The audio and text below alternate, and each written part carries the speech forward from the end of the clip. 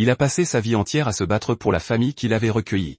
Puis, dans son dernier souffle, il a découvert la vérité. Tout ce qu'il avait accompli lui avait été volé. Même ses 7 ailes légendaires, un pouvoir encore jamais vu, ont été utilisés contre lui. Bénéficiant d'une seconde chance, il abandonne la famille qu'il a trahie et disparaît avant que l'histoire ne se répète. Cette fois, il ne se bat pas par loyauté. Il revient pour reprendre tout ce qui lui a été volé. Par une sombre nuit d'hiver, le duc d'Elmem se tenait au milieu d'un champ de bataille entouré de ses camarades et ennemis morts. Son fils blessé, H, s'approcha de lui et lui demanda pourquoi il était là. Il lui avait confié le commandement de l'expédition de l'Est. Il lui a répondu qu'il était ici pour l'abattre. Depuis le tout début, il avait l'intention d'utiliser son escouade comme appât, puis de les laisser mourir. Il avait tout bien compris. N'est-ce pas? Le duc déclara que c'était la seule utilité des 100 ailes. N'avait-il pas raison? H d'Elmem, fils du duc d'Elmem. C'était la plus grande maison guerrière du continent, offrant ses épées comme protecteur de la famille royale. Le chef de la famille, Roderick d'Elmem, était le seul dans ce pays à posséder cette aile. Sur un coup de tête, alors que H se mourait dans un blizzard lorsqu'il n'était qu'un bébé, il l'avait sauvé. C'est pourquoi il a fait tout ce qu'il pouvait pour le remercier de cela. Mais il se trouvait qu'il n'avait pas d'aile pour prouver sa valeur à son père, et donc tout le monde se moquait de lui. L'emblème de l'aile, plus on a d'aile, plus la puissance magique que l'on cache est grande. Étant le seul fils du duc incapable d'utiliser la magie, ses frères l'appelaient le sans-aile. Et pourtant, il a simplement continué à manier son épée avec une dévotion inébranlable, croyant qu'un jour sa persévérance serait récompensée. Et c'est ainsi que cette nuit-là, son père l'a pleinement récompensé. Son escouade a été attirée dans une embuscade. Il a dit à son père qu'il l'avait suivi et lui avait fait confiance. Et c'est là sa réponse? Le duc a eu un sourire narquois et a dit qu'il n'était qu'un outil. À quoi s'attendait-il? Si son rôle est terminé, alors il est temps pour lui de disparaître. H était furieux. Il s'est jeté sur lui avec son épée et a réalisé qu'il était un idiot de l'avoir cru. Il a frappé, mais n'a réussi qu'à lui blesser légèrement le cou. Puis ses frères lui ont jeté des chaînes et lui ont coupé les bras et les jambes pour qu'il ne puisse plus bouger. L'un d'eux a demandé d'un ton moqueur s'il ne comprenait toujours rien. En fin de compte, il restera un sans-aile, ce qu'il avait toujours été tout ce temps. Ramper sur le sol, telle était sa destinée. Le héros a demandé furieusement à son père, s'il comptait quand même le jeter ainsi, pourquoi l'avoir recueilli? Roderick s'est accroupi à côté de lui et lui a dit de ne pas se flatter. Il n'avait jamais eu besoin de lui depuis le tout début, puis, lui soulevant la tête par les cheveux, il a ajouté qu'il n'avait besoin que du pouvoir des 7 ailes qui résidaient dans ce corps. H ne comprenait pas de quoi il parlait. Après tout, il était dépourvu d'ailes depuis sa naissance. Roderick lui a lancé un regard dédaigneux et a dit que sa mère avait été vraiment utile pour lui avoir donné naissance à un tel avorton. Après cela, il est parti. Le héros a tendu la main vers lui et lui a demandé avec agitation de l'attendre. De quoi parlait-il, à la fin? Qu'il lui dise tout. À ce moment-là, ses frères ont transpercé son corps de leurs épées et sont partis. Au bout d'un moment, il a eu froid et a commencé à perdre lentement connaissance. Il a pensé, est-ce vraiment ici qu'il va mourir? Si tout se termine ainsi, pourquoi a-t-il vécu tout ce temps? Il a vu la neige tourbillonner dans le ciel. Tout autour était blanc, et une chaleur émanait de quelque part tout près. Au début, il a cru que c'était l'au-delà, mais a vite réalisé que c'était la réalité. Mais où est-il maintenant? Il a essayé de bouger ses bras et ses jambes en pensant, ce corps minuscule est-il le sien? C'est exactement comme celui d'un bébé. Puis, il a réalisé qu'il était un bébé. Il a tourné son regard vers la femme qui le serrait dans ses bras. Elle était déjà morte, et apparemment depuis peu. Puis il a entendu la voix du chevalier au loin disant, continuez les recherches. Ils doivent trouver cette femme à tout prix. Dans un tel blizzard, elle n'a pas pu aller bien loin. Pour le bien du duc Roderick, ils doivent ramener le bébé qu'elle a emporté. Il a été surpris et a pensé, que vient-il de se passer? Ont-ils dit quelque chose sur le duc Roderick? Veut-il prendre l'enfant? Alors ils sont à sa recherche. Il avait entendu dire qu'il avait aussi été recueilli lors d'une nuit de neige similaire. Est-il possible qu'il soit retourné dans le passé? Mais c'est tellement insensé. Il a entendu le claquement des sabots. Ils étaient déjà tout proches, et il a décidé d'y réfléchir plus tard. S'il restait ici, il tomberait à coup sûr entre les mains du duc. Il s'est extirpé de l'étreinte de sa mère décédée, a rampé dans la direction opposée à l'escouade de chevaliers, décidé à s'éloigner d'ici autant que possible. Ses petits bras tiraient à peine le reste de son corps avec eux, ce qui les faisait brûler. Il lui était très difficile de respirer. Tout son corps et ses membres étaient en feu. Sa vie entière n'avait été qu'une lutte continue pour ramper, mais cette fois, il survivrait à tout prix. Il s'est souvenu de son père et a juré de se venger de lui. Le temps a passé. Le matin est arrivé, mais il n'avait plus la force de ramper, et il s'était endormi depuis longtemps. Une petite fille s'est approchée de lui et a appelé son père, le vicomte Efrid. Il a ramassé le bébé, se demandant d'où il venait, puis a remarqué une trace dans la neige qui s'étendait jusqu'au sommet de la montagne, et fut stupéfait que l'enfant ait parcouru une telle distance tout seul. Il a regardé le garçon, sous le choc, et s'est demandé qui était cet enfant. Quand le héros s'est réveillé, il a entendu un brouhaha de voix et un enfant devant lui. Au début, il a cru que c'était un ange venu le chercher, mais l'enfant lui a simplement donné un coup de poing au visage, et il a immédiatement ouvert les yeux pour voir un groupe d'enfants penchés sur lui. Kudo a dit à sa grande sœur, Marfa, que le bébé venait de se réveiller, et elle leur a demandé de ne pas se moquer de lui. Sinon, son nez tout mignon allait tomber. Ces enfants turbulents ont commencé à le tirer dans tous les sens, et Marfa a eu du mal à le leur reprendre. Et le héros a été choqué par tout cela. Il n'avait aucune idée de ce qui se passait ici, alors il a décidé de simplement s'enfuir. Il a sauté des bras de Marfa, a rampé de toutes ses forces vers la sortie, et toute la foule d'enfants a couru après lui. Il était paniqué, alors il a accéléré et a accidentellement fait quelque chose qui l'a fait s'envoler et transpercer le toit du domaine. Il ne comprenait pas du tout ce qui se passait. D'une manière ou d'une autre, il s'est envolé si haut. Il a vite compris que c'était un pouvoir magique, mais il ne pouvait pas le contrôler, et c'est pourquoi il est retombé. Alors qu'il croyait déjà qu'il allait s'écraser, le vicomte l'a rattrapé dans ses bras et a dit, « Eh bien dis donc. Cette fois, un enfant est tombé du ciel. Il est vraiment étrange. » En le regardant, le MC a été très surpris car cet homme est le frère aîné du duc Roderick. Il s'avère qu'il a atterri dans une autre maison de la famille elle-même. Efrid elle-même est l'actuel chef de la maison du vicomte, une branche des elle-mêmes. Il était autrefois connu comme l'une des deux ailes aux côtés de son frère Roderick. C'est l'homme chargé de la protection de la famille royale. Mais le vicomte Efrid qu'il connaissait était censé mourir dans cette guerre civile, après quoi sa maison est tombée. Maintenant, il est absolument certain qu'il est retourné dans le passé. Mais dire qu'en essayant de fuir la maison du duc, il s'est retrouvé chez son frère aîné. Pendant qu'il pensait à tout ça, le vicomte l'a porté jusqu'à sa femme. Elle le prit dans ses bras et demanda si cet enfant volait parce que son pouvoir magique était hors de contrôle. Son mari lui a répondu qu'il semblerait que oui. Il savait que c'était un bébé hors du commun. La femme regarda le MC avec un sourire et l'embrassa, lui demandant s'il avait eu peur. Mais maintenant, tout va bien. Il a été surpris car il n'avait pas connu la tendresse d'une mère depuis son enfance. En les regardant tous les deux, le vicomte a souri, puis a tendu la main vers le garçon et a dit que cet enfant cachait un pouvoir énorme en lui. Sa marque en est la preuve.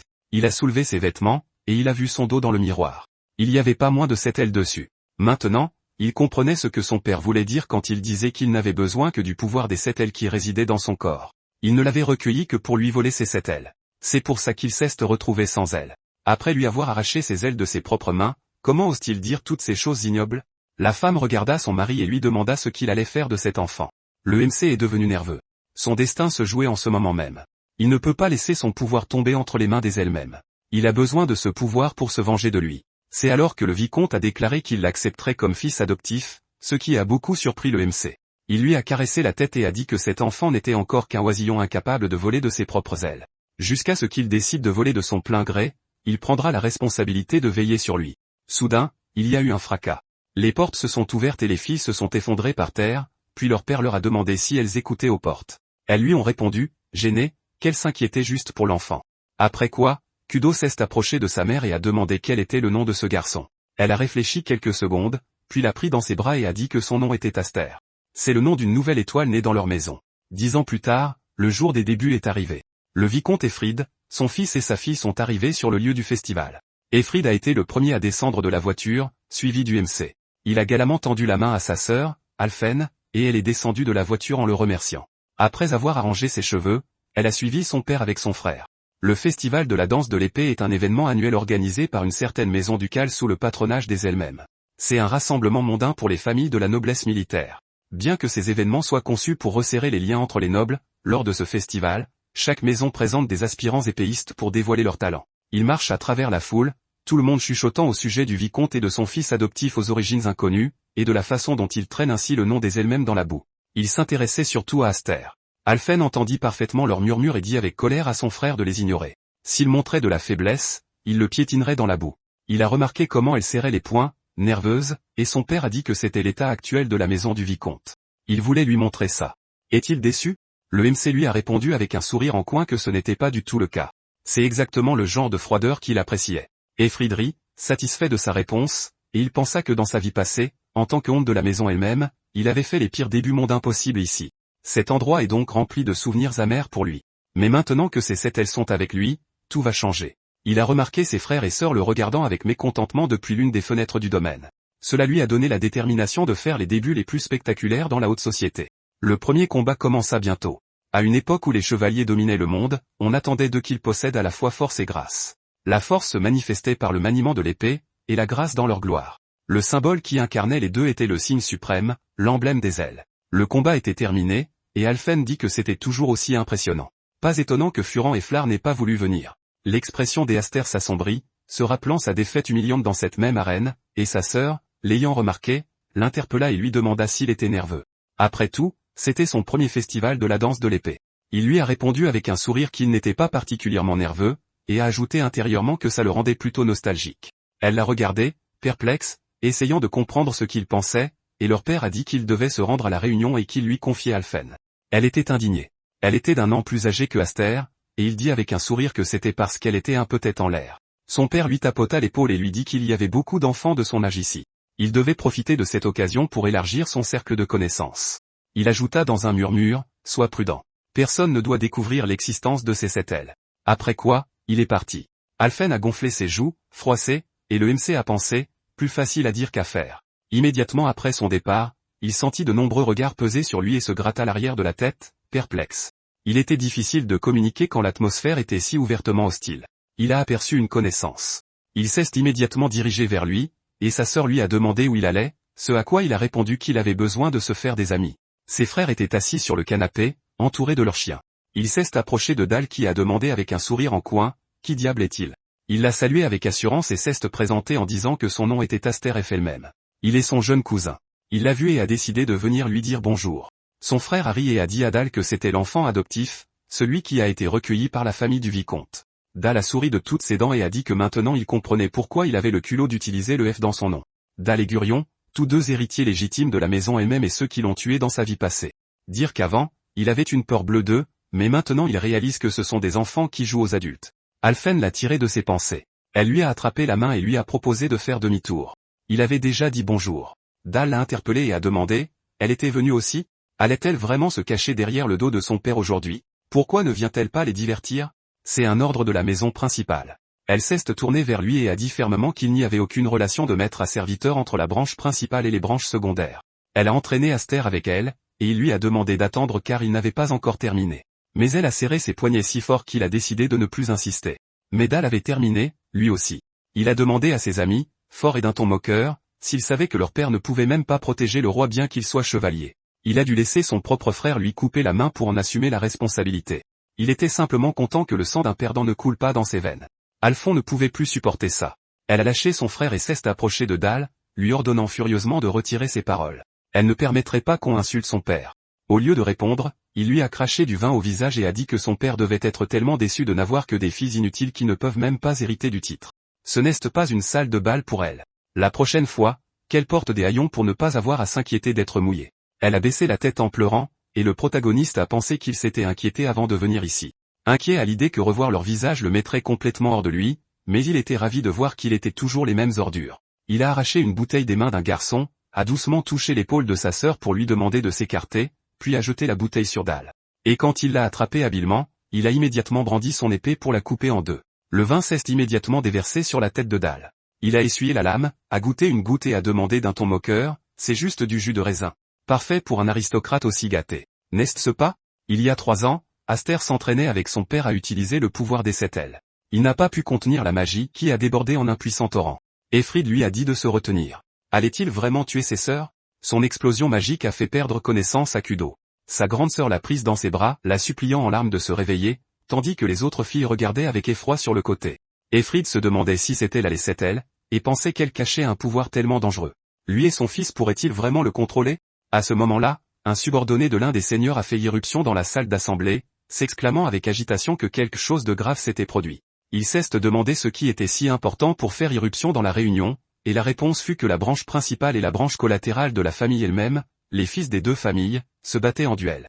Roderick et Efrid ont froncé les sourcils et s'y sont immédiatement rendus. La fille de Efrid a couru vers lui et a commencé à tout lui raconter. Et l'homme a regardé la reine et, avec un sourire en coin, a dit aux autres de regarder. C'est une querelle entre frères de la noble famille elle-même. On ne voit pas ça tous les jours. Tout le monde s'est rassemblé pour observer, en disant que selon l'issue, ce festival de la danse des épées promettait d'être brûlant. Pendant ce temps, Dal a montré à tout le monde l'emblème sur sa main et a traité Aster d'idiot pour s'en prendre à eux, les membres de la famille du duc. Après tout, ce n'est qu'un bâtard né dans la nature. Il ne comprend vraiment pas la différence entre leurs forces. Tout le monde admirait son emblème. Il a savouré l'attention et a dit à Aster de montrer son emblème d'elle lui aussi. Ou a-t-il honte de le montrer en public après l'avoir vu? Le protagoniste a dit qu'il avait raison. Un spectacle si honteux, se vanter d'un vulgaire motif comme si c'était une fierté. Il ne ferait jamais ça. Dal a tremblé de colère, et Aster a dit que s'il perdait, il s'excuserait auprès de sa sœur. Et Dal a accepté. Mais s'il gagnait, alors il deviendrait son chien. Il le pourchasserait à mort jusqu'à la fin de ses jours. Après ces mots, il s'est précipité pour attaquer. Le protagoniste a bloqué son coup, mais le recul l'a repoussé et sa main a tremblé. Dal a souri et a dit que c'était le pouvoir de ceux qui possèdent des ailes, puis a recommencé à frapper. Alphen était profondément inquiète pour son frère, et l'homme a dit que l'escrime du jeune Dal était encore brute. Mais peu importe sa maladresse, son pouvoir magique compense. C'est l'avantage de ceux qui portent l'emblème des ailes. Si la magie d'une aile est comme la flamme d'une bougie, alors la puissance magique cachée dans 4 ailes est véritablement la lumière d'une explosion entière. Dal s'est jeté sur Aster et lui a demandé où était passée toute sa fougue. Ne voulait-il pas le forcer à s'excuser, ou n'était-ce que des paroles en l'air? Il s'est jeté sur lui en lui disant de montrer ce dont il était capable, et l'un des seigneurs a déclaré que l'issue de ce combat était jouée d'avance. Dal a abattu son épée, mais le protagoniste a bloqué son coup, ce qui l'a beaucoup surpris, et lui a dit qu'il parlait trop. Il l'a repoussé et s'est préparé pour un autre coup. Il avait passé ses 10 années dans la maison du vicomte, apprenant à contrôler la magie, n'attendant que l'occasion de se venger d'eux tous. Il a porté un coup puissant que Dal a eu du mal à repousser. Il est tombé sur un genou, et son frère était choqué que cet enfant adopté l'ait mis dans cet état. Aster a pressé ses épées plus fort. Il a souri nerveusement, ne croyant pas ses yeux. Il est le porteur de l'emblème à 4 ailes. Le protagoniste l'a regardé de haut en bas sous son assaut. L'épée de Dal s'est fissurée, et les gens se sont demandé avec surprise. Va-t-il vraiment gagner comme ça? Dal était complètement dominé, dire qu'il restait encore quelqu'un comme lui à elle-même. Aster a libéré sa magie involontairement, ce qui a immédiatement inquiété son père, et il a continué à faire pression sur Dal. Il s'est rappelé comment il lui avait coupé le bras avec ce sourire ignoble sur le visage. La magie a flamboyé encore plus intensément sous l'effet de la rage, et Dal, paniqué, lui a demandé d'arrêter. Alphen a appelé son frère d'une voix forte pour lui dire de ne pas faire ça, ce qui lui a fait retrouver son calme, et un éclair aveuglant a jailli. Des lames brisées ont volé en éclats, et l'homme a regardé d'un air pensif le vainqueur de ce duel. Une flaque s'est formée sous Dal, et le protagoniste lui a dit que la prochaine fois, pour éviter la peur d'être mouillé, qu'il vienne enveloppé dans de vieux haillons. Alphen a poussé un soupir de soulagement, et Aster l'a regardé, elle et son père, avec un sourire en pensant qu'il n'était plus le H sans elle. Cette seule réalisation a dissipé les nuages dans son esprit. Assez pour aujourd'hui. Soudain, il a ressenti une pression terrifiante qui émanait du duc Roderick, manifestement insatisfait de l'issue du duel. Il s'est immédiatement tourné vers lui et a vu à quel point son regard était sévère. Croiser son ancien père le mettait mal à l'aise. Toutes les personnes présentes ont commencé à chuchoter. Personne ne pouvait croire que le plus jeune enfant de la famille du vicomte avait réellement écrasé l'héritier de la maison principale, mais maintenant, c'était encore pire. Après que sa fierté eût été piétinée de la sorte, il ne resterait pas silencieux. Le 8e chef de la maison principale d'elle-même est descendu dans l'arène. Son fils a immédiatement souri, pensant que son papa adoré était venu à son secours. L'ombre du duc a couvert Aster de la tête aux pieds, et il l'a jaugé du regard, mais il est tout de même resté confiant. Dal a couru tout de suite vers son père en pointant son doigt vers Aster et a dit que c'était lui, cet idiot qui s'était attaqué à la branche principale. Bien qu'il ne soit qu'un enfant adopté, qu'il utilise son pouvoir pour l'écraser. Roderick lui a jeté un regard mécontent, puis lui a transpercé la paume avec une épée, ce qu'il n'attendait clairement pas de son père. Il a hurlé de douleur. Gurion était horrifié par ce spectacle, et Roderick a demandé comment il osait sourire. Il avait traîné le nom de leur famille dans la boue. Quelqu'un qui ne peut même pas se défendre n'a pas le droit de tenir une épée. Réalisant ce qu'il était sur le point de faire, Efrid lui a dit d'arrêter, mais il ne l'a pas écouté et a levé son épée au-dessus de son fils. Mais rien ne s'est passé. Le protagoniste s'est interposé entre eux, et l'épée du duc s'est posée sur son épaule. Il lui a demandé avec mécontentement ce qu'il faisait, ce à quoi il a répondu que son cousin ne s'était pas encore excusé auprès de sa sœur. Alors, peut-il reporter la punition à plus tard? Roderick a dit avoir entendu dire que Efrid l'avait recueilli comme orphelin. Cela faisait-il de lui un véritable elle-même? Il lui a dit qu'il était le fils d'un vicomte et a suggéré de mettre de côté les liens de sang. Qu'en est-il de la fierté des chevaliers et du fardeau de l'héritage? Son père le lui avait bien enseigné. Roderick a jeté un regard à son frère puis a dit, alors en tant que membre de la famille du vicomte, il a inutilement blessé la branche principale. L'épée du roi, le sommet des 12 000 chevaliers sous leur bannière, cette fierté. Ce n'était plus une simple querelle d'enfant. Il devrait le comprendre. Son père avait payé sa déloyauté de sa main. Efrid a dégainé son épée au cas où, et son frère a placé la lame sur le cou de son fils en demandant comment il allait payer. Malgré sa menace, Aster ne s'est pas laissé démonter et a déclaré qu'il ne s'agissait pas d'une querelle entre frères, mais d'un duel officiel. Il a répondu aux insultes contre la famille du vicomte avec son épée. Il a lui-même dit que quiconque ne peut se défendre n'a pas le droit de tenir une épée. Par conséquent, il ne lui cédera pas un seul doigt. L'homme a sifflé, et le comte May a demandé avec un sourire. Il a 10 ans et il se comporte comme ça? Il doit plaisanter. Roderick l'a examiné, a rangé son épée et a dit qu'il comprenait, puis l'a laissé se relever. Aster s'est immédiatement exécuté. Nous soupçonnons de mauvaises intentions. Immédiatement après, le duc l'a frappé, l'envoyant voler à toute vitesse contre le mur avec un grand fracas. Alphen s'est couvert la bouche de terreur et s'est mise à pleurer, et Efrid était tout simplement furieux. Il a immédiatement attaqué son frère, lui portant un coup que ce dernier a bloqué, puis il a couru vers son fils en lui demandant avec inquiétude s'il allait bien. Sa lame s'est brisée, mais il a gardé sa posture malgré les blessures reçues. Roderick a jeté un regard au garçon et est parti avec son fils. Ce n'est qu'à ce moment-là que Aster s'est permis de relâcher la pression. Il a failli tomber, mais son père l'a rattrapé, et il a dit avec un sourire qu'il l'avait protégé. Efrid a admis qu'il avait été magnifique. Pendant ce temps, Roderick est monté au 2e étage et l'homme a dit que c'était puéril. Mais laisser parler le garçon reviendrait à ruiner la réputation de la branche principale. Eh bien, n'était-ce pas un compromis valable? Il a tenu tête au duc et a survécu. C'est une étoile montante. C'est le meilleur des débuts pour lui. Le seigneur a ajouté qu'il était terrifié. Il pensait que Roderick allait le couper en deux sur le champ. Roderick a déclaré d'un ton sévère qu'une ère de bouleversement viendrait, une tempête assez forte pour fendre le monde en 2 ou 3. Un nouveau jour s'est levé. Aster s'entraînait à l'escrime avec un chevalier de sa maison, et les autres regardaient avec stupéfaction. Il a fait sauter l'épée des mains de son adversaire, le faisant tomber. Après cela, il a regardé Aster avec un sourire et a dit que c'était impressionnant, puis s'est relevé, et ses camarades ont commencé à discuter de ce combat. Il a de réelles compétences. C'est effrayant de penser qu'il n'a que 10 ans. Depuis son retour du festival de la danse des épées, il s'entraîne avec encore plus de zèle. Cela a dû beaucoup l'inspirer, et il a écrasé le 3e fils du duc. Ils ont dû subir les insultes de la famille principale pendant longtemps, c'est donc une excellente nouvelle. Après les avoir écoutés, Aster a de nouveau foncé au combat en se disant qu'au festival de la danse des épées, il avait pleinement démontré sa puissance et sa prestance. Cela devrait faire taire ceux qui considéraient la famille du vicomte comme une tâche pour elle-même. Mais son objectif principal reste la famille principale. Il était trop avide et voulait voir jusqu'où iraient ses compétences. Il voulait se tester encore plus à l'époque, mais dans son état actuel, il ne peut pas vaincre Roderick. En fin de compte, l'emblème n'est qu'un indicateur du rang du mana caché. Même un mana inné est un trésor inutile si l'on ne peut pas le contrôler. Et pourtant, il n'arrive toujours pas à extraire le pouvoir des 7 ailes. Si seulement il pouvait utiliser le pouvoir des 7 ailes à sa guise sans craindre de sombrer dans la folie. Il a frappé, remportant une nouvelle fois le duel, et a fait signe au chevalier suivant d'entrer dans l'arène. Sa sœur s'est approchée de lui et a demandé s'il frimait encore avec ses compétences. Comme d'habitude, il ne connaît aucune limite. Au fait, leur père l'appelle. Il a décidé de le rejoindre immédiatement, a remarqué que Alphen était habillée différemment aujourd'hui et a dit « Cette tenue est rare ». N'avait-elle pas dit qu'elle ne voulait pas porter ça parce que c'est disgracieux? Elle lui a répondu que l'équilibre est important en toute chose. En le regardant, elle a réalisé qu'elle non plus ne pouvait pas rester la même. Elle a pointé son épée sur lui et a dit avec un sourire en coin qu'à son retour, il lui tiendrait compagnie un moment. Il a ri et lui a demandé d'y aller doucement avec lui, après quoi il s'est rendu dans le bureau de son père. Lorsqu'il est entré, Efrid lui a dit de s'asseoir. Apparemment, une conversation des plus sérieuses se préparait. Cela faisait 10 ans qu'ils l'avaient accueilli dans leur famille. Pour être honnête, il avait pensé à attendre qu'il grandisse un peu plus, mais il a décidé de ne pas le faire.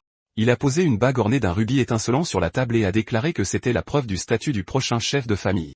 Il veut qu'il hérite du titre de chef de leur maison. Comme il le sait, leur famille se trouve dans une situation délicate. Cependant, il reste une branche secondaire portant le nom d'elle-même. En tant que seigneur gouvernant un territoire, il a beaucoup à protéger. Ils ne peuvent pas laisser la place de l'héritier vide pour toujours. Aster a froncé les sourcils et a demandé si ses sœurs étaient d'accord avec cela. Il lui a répondu que ses sœurs reviendraient de l'Académie des Chevaliers dans 3 jours. Il avait l'intention d'en parler officiellement à tout le monde à ce moment-là. Il parlait de ses sœurs aînées, Marfa et Kudo. Il a souri et a dit que si tel était le cas, aucune d'elles ne s'en réjouirait. Kudo, en particulier, serait sans doute furieuse.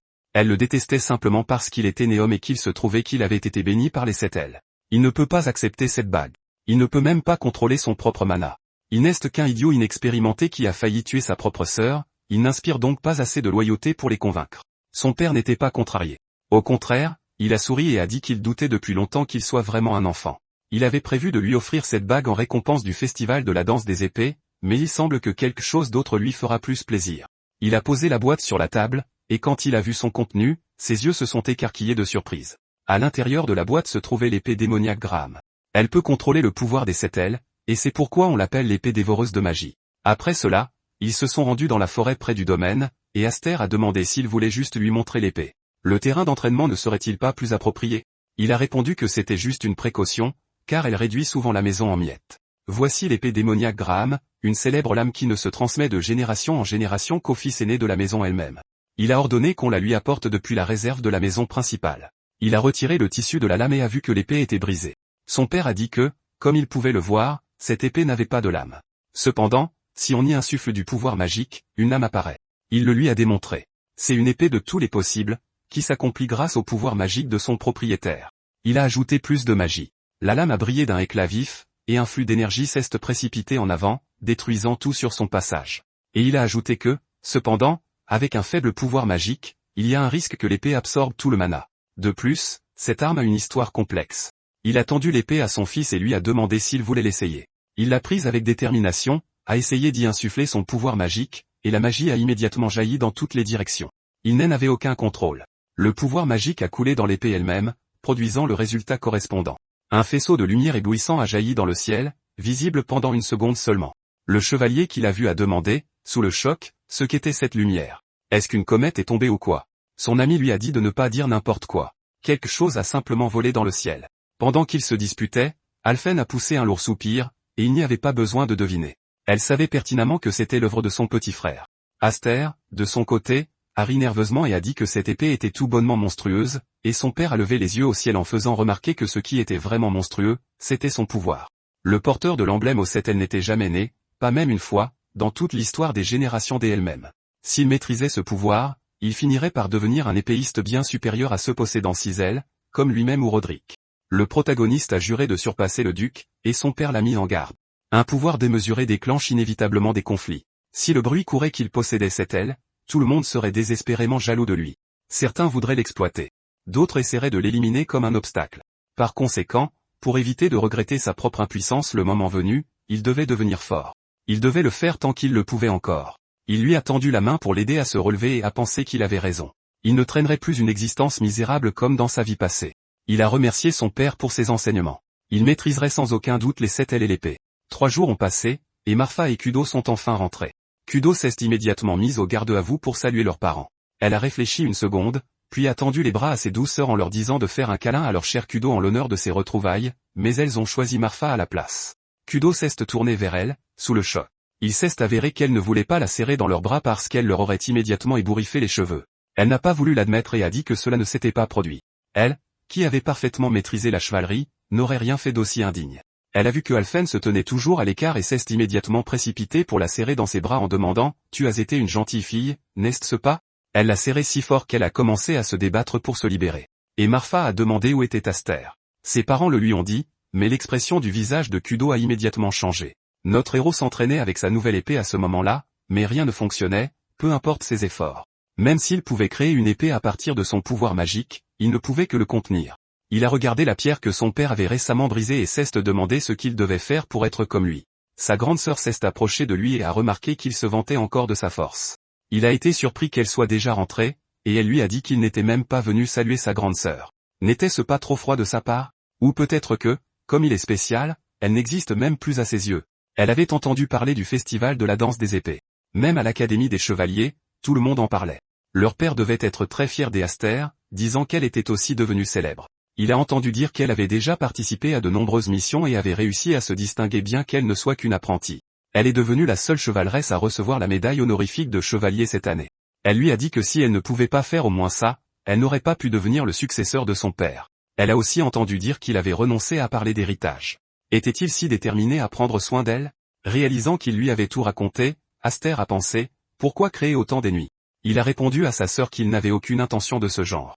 Il pensait simplement qu'il n'était pas encore qualifié pour cela. Kudo a poussé un lourd soupir puis s'est approché de l'arbre et a sorti une épée, disant que son père et son frère étaient vraiment cruels, et qu'il connaissait parfaitement son rêve. Il est devenu nerveux, et puis elle a balancé son épée contre le tronc de l'arbre, l'a abattu, et l'a projeté vers son frère. Heureusement, il a réussi à sauter de côté à temps. En atterrissant, il s'est exclamé avec indignation, que faisait-elle? Elle lui a dit de venir ici. Elle va l'évaluer pour la première fois depuis longtemps. Ensuite, elle le frappera pour de vrai. Il lui a demandé fébrilement d'attendre parce que cette épée n'est pas encore aboutie, et elle a demandé s'il pourrait utiliser la même excuse face à l'ennemi sur le champ de bataille. Il a souri nerveusement. Elle n'était pas son ennemi, et elle a pris position en disant que l'état d'esprit d'un chevalier est d'être toujours sur le champ de bataille. S'il se retient trop, elle pourrait même l'écraser. Après cela, elle a bondi, et il s'est dit qu'elle devait plaisanter.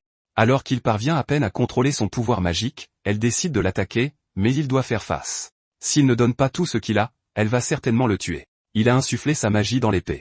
Elle a bondi sur lui avec un sourire aux lèvres, et leurs épées se sont croisées. Chaque coup résonnait comme le tonnerre à travers la forêt, et elle a déclaré que son maniement de l'épée était plus raffiné que jamais. Dire qu'il est capable de rivaliser avec ses capacités même après qu'elle a perfectionné ses compétences à l'Académie des Chevaliers. Cependant, il n'a qu'une pitoyable excuse pour une épée. Son contrôle sur la magie fait cruellement défaut. Elle lui a asséné un coup qui l'a fait voler dans les airs, mais il a réussi à retomber sur ses pieds et s'est exclamé en réponse qu'elle était toujours aussi impitoyable.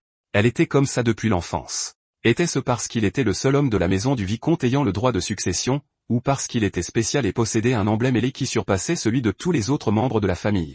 Elle était comme une tempête vivante, le défiant en duel à la moindre provocation et qualifiant le monde d'injuste. Bref, elle était son ennemi naturel. Il fut distrait par ses pensées, et sa sœur se précipita immédiatement sur lui en disant que, comme elle le pensait, il était inapte à être le prochain chef de cette maison. Pendant ce temps, Marfa observait leur combat depuis la fenêtre et a demandé à son père s'il avait vraiment été sage de les laisser seuls. À ce rythme-là, cette querelle pourrait faire des victimes. Il a répondu qu'ils faisaient de bons adversaires, chacun à leur manière. Ils sont peut-être un peu téméraires, mais on n'arriverait pas là.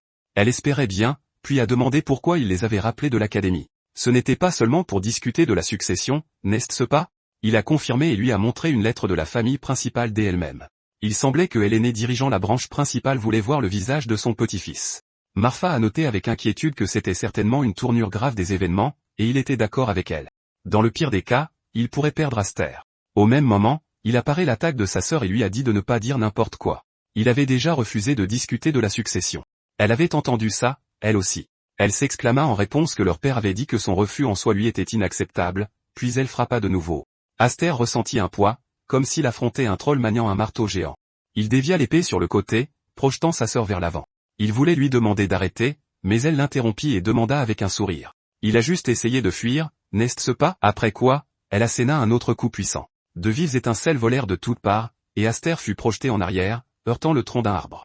Ensuite, elle déclara qu'un guerrier de troisième ordre ne sait que manier l'épée, et un de second ordre utilise la magie. C'est en maîtrisant à la fois l'épée et la magie que l'on devient un guerrier de premier ordre. Elle est déçue par lui. La différence entre les emblèmes d'elle correspond à la différence de quantité de mana qu'une personne peut contrôler. On dit qu'une seule aile de différence équivaut à un écart de force du simple au triple. En d'autres termes, en matière de puissance magique et d'endurance, elle qui possède 5 ailes devrait être de 2 niveaux complets plus faibles que lui. Et pourtant, il a évité un affrontement direct pour se réfugier dans son coup d'épée favori. Manque-t-il à ce point de confiance en sa propre force? Ou a-t-il peur de sombrer à nouveau dans la folie, comme il y a 3 ans? Aster en fut lui-même surpris. Il n'y avait jamais songé. Avait-il inconsciemment bridé sa propre force? Si cette lame semblait instable, c'était peut-être parce qu'il tentait de réprimer sa magie de force. Kudo enveloppa de nouveau son épée d'aura et déclara qu'il possédait tout ce dont elle pourrait rêver. S'il était assez arrogant pour laisser ce pouvoir pourrir sans même réaliser la chance qu'il avait, alors qu'il lui donne tout. Elle se rua de nouveau sur lui, et cette fois, Aster décida de ne pas se retenir et para son coup de toutes ses forces, ce qui la surprit. Il sourit et la remercia de lui avoir ouvert les yeux, puis fonça sur elle sans même matérialiser quoi que ce soit. Cela la déconcerta. Au début, elle crut qu'il n'avait plus de mana, mais elle comprit vite que ce n'était pas le cas. La magie, invisible et inépuisable, cachée dans les 7 ailes, s'était concentrée à la pointe de son épée. Aster savait qu'il ne pouvait pas la maîtriser dans l'immédiat, mais il avait besoin de le faire juste un instant. Oublier le maintien de sa posture et concentrer toute sa magie au moment de l'impact. Il asséna un coup d'une puissance inouïe. Sa sœur parvint à le parer, et elle s'exclama avec un sourire narquois. Il avait donc au moins pensé à quelque chose, bien qu'il soit idiot. Il lui répondit qu'il n'avait aucune intention de gâcher cette seconde vie qu'il avait réussi à saisir, ni ce pouvoir, ni cette épée, et certainement pas sa famille. Car c'était quelque chose qu'il n'avait pas pu accomplir auparavant, peu importe ses efforts. Kudo fut surprise, troublée par ces mots sur sa seconde vie, puis il lança son attaque. Une seconde avant de frapper, il disparut soudainement, la plongeant dans la confusion la plus totale. Puis il apparut à ses côtés et dit, « Fini les cadeaux ». Immédiatement après, il frappa. Et après cela, Kudo ne se souvint de plus rien. Elle se réveilla dans sa chambre, ce que Marfa remarqua. Elle s'était enfin réveillée, mais elle n'avait pas l'air pressée. Kudo bondit aussitôt hors du lit et demanda avec excitation, « Que s'est-il passé avec le duel? Que s'est-il passé lors de son combat contre Aster ?» Elle lui répondit que c'était lui-même qui l'avait ramenée ici. Il a dit qu'elle s'était endormie en plein milieu de l'affrontement. Peut-être que la fatigue du voyage avait eu raison d'elle. C'est du moins ce qu'il a dit. Kudo fronça les sourcils, affirma que c'était absolument impossible, puis elle se souvint. Au dernier moment, elle était persuadée que Aster l'avait tranché, mais en réalité, il avait dû dissiper sa lame de mana une fraction de seconde avant l'impact. Ce qu'elle avait ressenti n'était qu'une trace résiduelle de mana traversant son corps. Aster ne tuerait jamais sa propre sœur, mais à cet instant, elle avait vraiment cru qu'il allait la tuer. Même s'il est beaucoup plus petit qu'elle, c'est vraiment un méchant petit frère. Cette pensée la fit sourire, elle attrapa son épée et demanda à sa sœur où était Aster. Elle n'accepterait jamais l'issue de ce duel. Cette fois, elle se donnerait à fond dès le départ. Marfa lui annonça qu'il n'était plus là. Il avait reçu une convocation de la famille principale. Il venait tout juste de partir avec son père. Elle n'était pas au courant. Kudo fut, pour le moins, choqué par cette nouvelle. Pendant ce temps, Aster et son père étaient déjà à mi-chemin de la résidence principale. Efrid le mit en garde. Les personnes qu'il allait rencontrer étaient les anciens, les gardiens de la vérité de la maison elle-même. Il s'agissait des anciens chefs de la famille principale et des branches secondaires, ainsi que des figures influentes de toute la maison. Bien qu'il soit à la retraite, il détenait toujours un pouvoir immense, ce qui leur valait le surnom de dirigeant silencieux. Ces anciens n'avaient pas montré le moindre intérêt à son égard depuis le jour de son adoption. Alors, pourquoi l'avait-il convoqué maintenant?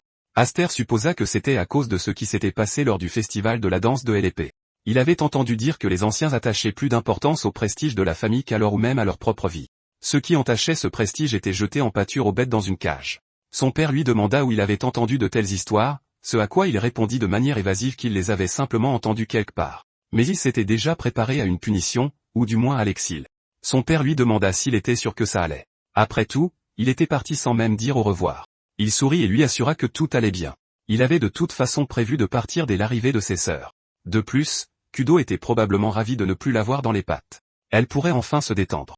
Grâce à elle, il avait enfin commencé à maîtriser la nouvelle épée. Il sentait qu'il pouvait puiser davantage dans le pouvoir de la famille ailée que jamais auparavant. Alors, quoi qu'il lui arrive par la suite, son père ne devait même pas chercher à l'aider. Il était prêt à survivre par lui-même. Son père voulut dire quelque chose, quand soudain, la voix de Kudo retentit à l'extérieur de la calèche, s'exclamant avec indignation, « Comment ça, par toi-même? Il est le benjamin de la famille, alors il ne devrait pas agir de manière aussi incompréhensible. » Ils regardèrent tous les deux par la fenêtre et furent très surpris de voir Kudo. Elle avait dû courir tout le long du chemin pour les rattraper. Elle ouvrit la portière de la calèche d'un coup de pied, grimpa à l'intérieur et déclara qu'il était trop cruel envers elle. Il était parti sans lui dire un mot. Elle avait tout entendu. Il était convoqué à la résidence principale. N'est-ce pas? Même elle et Marfa n'y avaient jamais été appelés. Il dit qu'il était sûr qu'elle comprendrait, mais qu'il ne pouvait pas les mener avec eux à la résidence principale. Elle s'assit à côté de son frère et lui répondit qu'elle le savait. Il les avait appelés ici pour veiller sur tout pendant son absence. Pas vrai? Elle le comprend parfaitement. Mais cette convocation signifie qu'il se trouve dans une situation exigeant une extrême prudence. Même Marfa a dit qu'il se pourrait qu'il ne revienne jamais. Pour la calmer, il déclara avec un sourire qu'elle exagérait. Il y allait juste pour parler, tout en pensant en lui-même que, quant à savoir s'il pourrait revenir après cela, c'était là toute la question. Elle lui demanda très sérieusement de l'écouter attentivement. Elle ne le supporte pas. Il est son petit frère. Il possède cette aile. Il bénéficie toujours d'un traitement de faveur. Il est plus fort qu'elle alors qu'elle est sa grande sœur, et il agit comme un adulte. Bien qu'il soit le plus jeune, elle ne supporte pas tout cela. Mais il fait tout de même partie de sa précieuse famille. Peu importe sa force et sa maturité, il reste son petit frère. Alors, qu'il revienne sain et sauf pour qu'il puisse se battre à nouveau. Elle ne le laissera pas s'en tirer avec une telle victoire. Après cela, elle a sauté de la voiture, et le protagoniste l'a regardé partir en demandant pourquoi elle était venue jusqu'ici. Efrid a souri et a dit qu'elle était une bonne adversaire, et son fils a remercié mentalement sa sœur. Il reviendra à coup sûr. À leur arrivée à la maison principale, ils ont été immédiatement accueillis par des gardes, et leur chef a dit que le grand aîné les attendait déjà à l'intérieur. Efrid a refusé l'escorte car il connaissait lui-même le chemin, mais le garde a décliné. Il avait reçu l'ordre strict de les escorter personnellement tous les deux à l'intérieur. L'atmosphère était tendue. Comme Aster le pensait, il ne l'avait pas convoqué pour jouer les babysitter avec leur petit-fils, mais cela lui rappelait quand même des souvenirs. Il n'était pas rentré chez lui depuis longtemps. Pendant qu'il marchait, son père a dit qu'il était sûr qu'il comprenait déjà, mais qu'aujourd'hui en particulier, il ne devait pas perdre son sang-froid, peu importe ce qu'on lui disait. Il lui a répondu que cela dépendait de leur comportement, et son père a précisé que c'était exactement pour cela qu'il disait que le problème venait d'eux. Il a commencé à lui parler des aînés, mais le protagoniste n'écoutait pas du tout. Il a jeté un coup d'œil au terrain d'entraînement, apercevant Durion, mais son frère Dal était introuvable. Et il a pensé qu'avec ses bras brisés, il serait difficile de reprendre le service sitôt. Son père l'a interpellé et lui a demandé s'il écoutait. Il s'est tourné vers lui et l'a confirmé avec enthousiasme. Et après avoir rendu leurs armes, un garde les a conduits à l'entrée, et Aster s'est calmé, lui promettant de garder le silence. À la fin, sa sœur l'a prévenu de revenir sain et sauf. Ils sont entrés dans la salle de réunion. Le chef des aînés a fait remarquer qu'il était enfin là, et que cela faisait plus de 10 ans. Son arrière-petit-fils, Efrid, s'est agenouillé pour le saluer, et le protagoniste a pensé, c'est donc lui, le monstre qui se tapit dans l'ombre d'elle-même? Le 6e chef de la famille, Zénith elle-même, et les autres sont très probablement sous la protection de la maison. Il y a quelques visages familiers du festival de la danse de l'épée, mais Roderick est introuvable. L'aîné a compris ce qu'il pensait et a dit qu'il n'était pas là. Il était le chef des chevaliers, relevant directement de la famille royale, il n'avait donc pas le temps d'être distrait par de telles futilités. Ainsi, les vieux soldats, lui rendaient service en se chargeant des questions administratives. Aster pensait qu'il ne l'avait même jamais vu dans sa vie passée, alors il s'en fichait. Mais il avait réuni tant de dignitaires en l'absence du chef actuel. Pour quelqu'un qui avait démissionné, il semblait encore exercer une influence considérable. Efrid a demandé ce qu'il entendait exactement par futilité, et son grand-père a eu un sourire en coin. Ne l'a-t-il pas déjà deviné?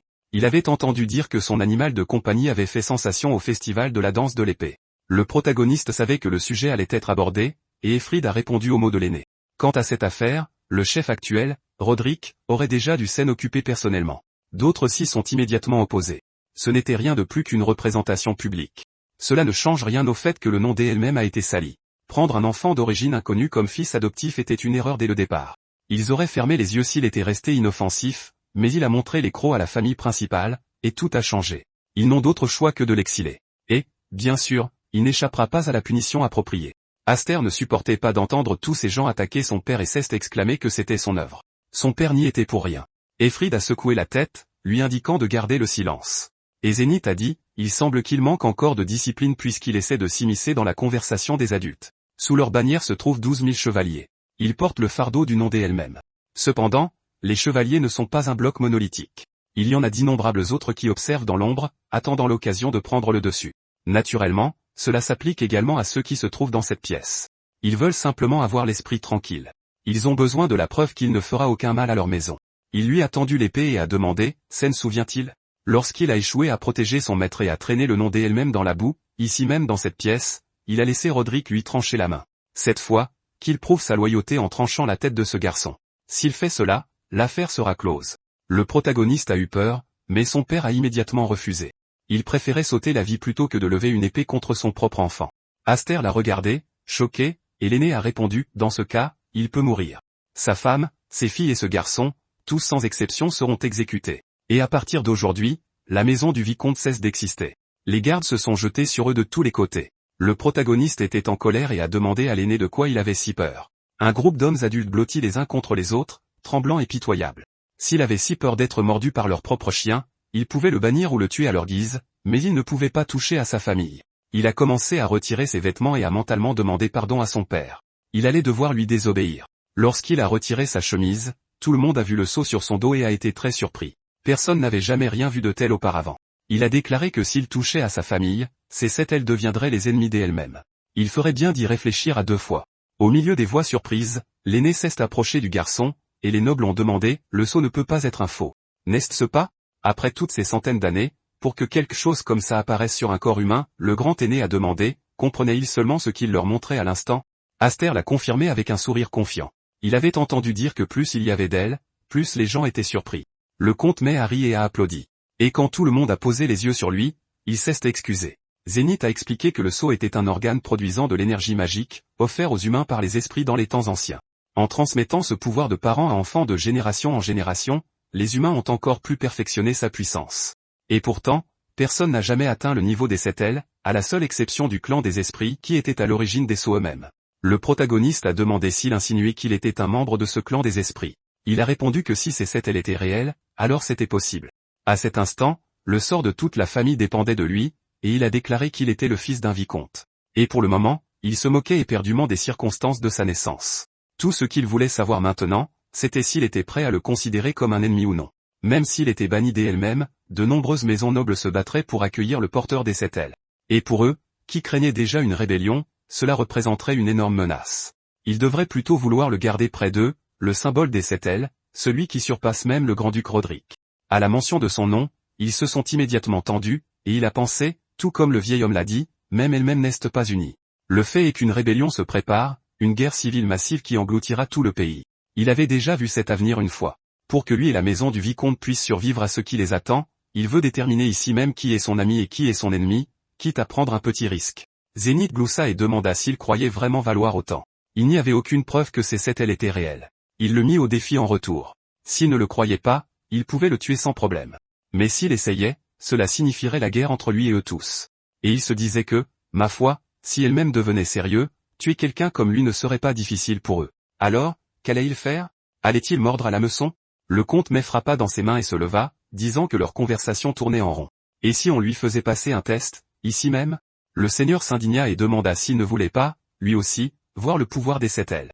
Après cela, il ne serait pas trop tard pour décider de son sort. Alors, qu'en dit le grand aîné? Après tout, il se trouvait dans le domaine du plus grand clan martial au monde. Il était sûr qu'il y aurait quelques tests appropriés ici. Aster le regarda avec un sourire. Il ne doutait pas que cet homme était un allié. Zénith fut d'accord avec lui et dit au garçon de le suivre. Après tout, c'était le devoir d'un grand-père de punir un petit-fils incapable de tenir sa langue. Ils marchèrent vers un autre hall où se trouvait une immense cage, et Zénith dit qu'au-delà de ces ténèbres se trouvait un bunker souterrain relié aux égouts. Autrefois, il servait d'abri d'évacuation en cas d'urgence, mais maintenant il y garde une bête magique. Le principe du test est simple. Battre cette bête. C'est tout. Efrid regarda son fils et le traita de garçon à problème. Et ce, après lui avoir dit tant de fois de garder secrète l'existence des 7 ailes. Il lui répondit qu'il ne pourrait pas cacher éternellement une chose aussi évidente. C'était une bonne opportunité. Son père lui demanda de rester vigilant, il attrapa la chaîne et sauta dans la bouche d'égout. En descendant, il remarqua le regard du comte posé sur lui. Une fois en bas, il remarqua qu'il faisait effectivement sombre, mais pas au point de ne rien voir. Lorsque ses yeux s'habituèrent à l'obscurité et qu'il regarda autour de lui, il vit quelque chose de terrible et cria de toutes ses forces. Qu'est-ce ce que c'est? La tête de Dal gisait sur le sol, la peur gravée à jamais sur son visage. Zénith dit qu'il lui avait donné une chance de retrouver son honneur, mais il n'avait fait que gémir jusqu'à la fin. C'était insoutenable à regarder. Il avait intérêt à ne pas le décevoir, lui non plus. Des bruits de mastication et de craquements se firent entendre tout près. Un énorme lion dévorait les restes de Dal, et Aster dégaina son épée. La bête rugit bruyamment en le remarquant, et le test commença. Il se dit alors que les rumeurs selon lesquelles elle-même gardait des bêtes magiques dans son domaine étaient vraies. Seulement cette fois, il eut pitié de Dal d'être né dans une maison pleine de monstres. Le lion bondit sur lui, et il s'élança en avant, balançant son épée à plusieurs reprises, coupant le monstre en morceaux.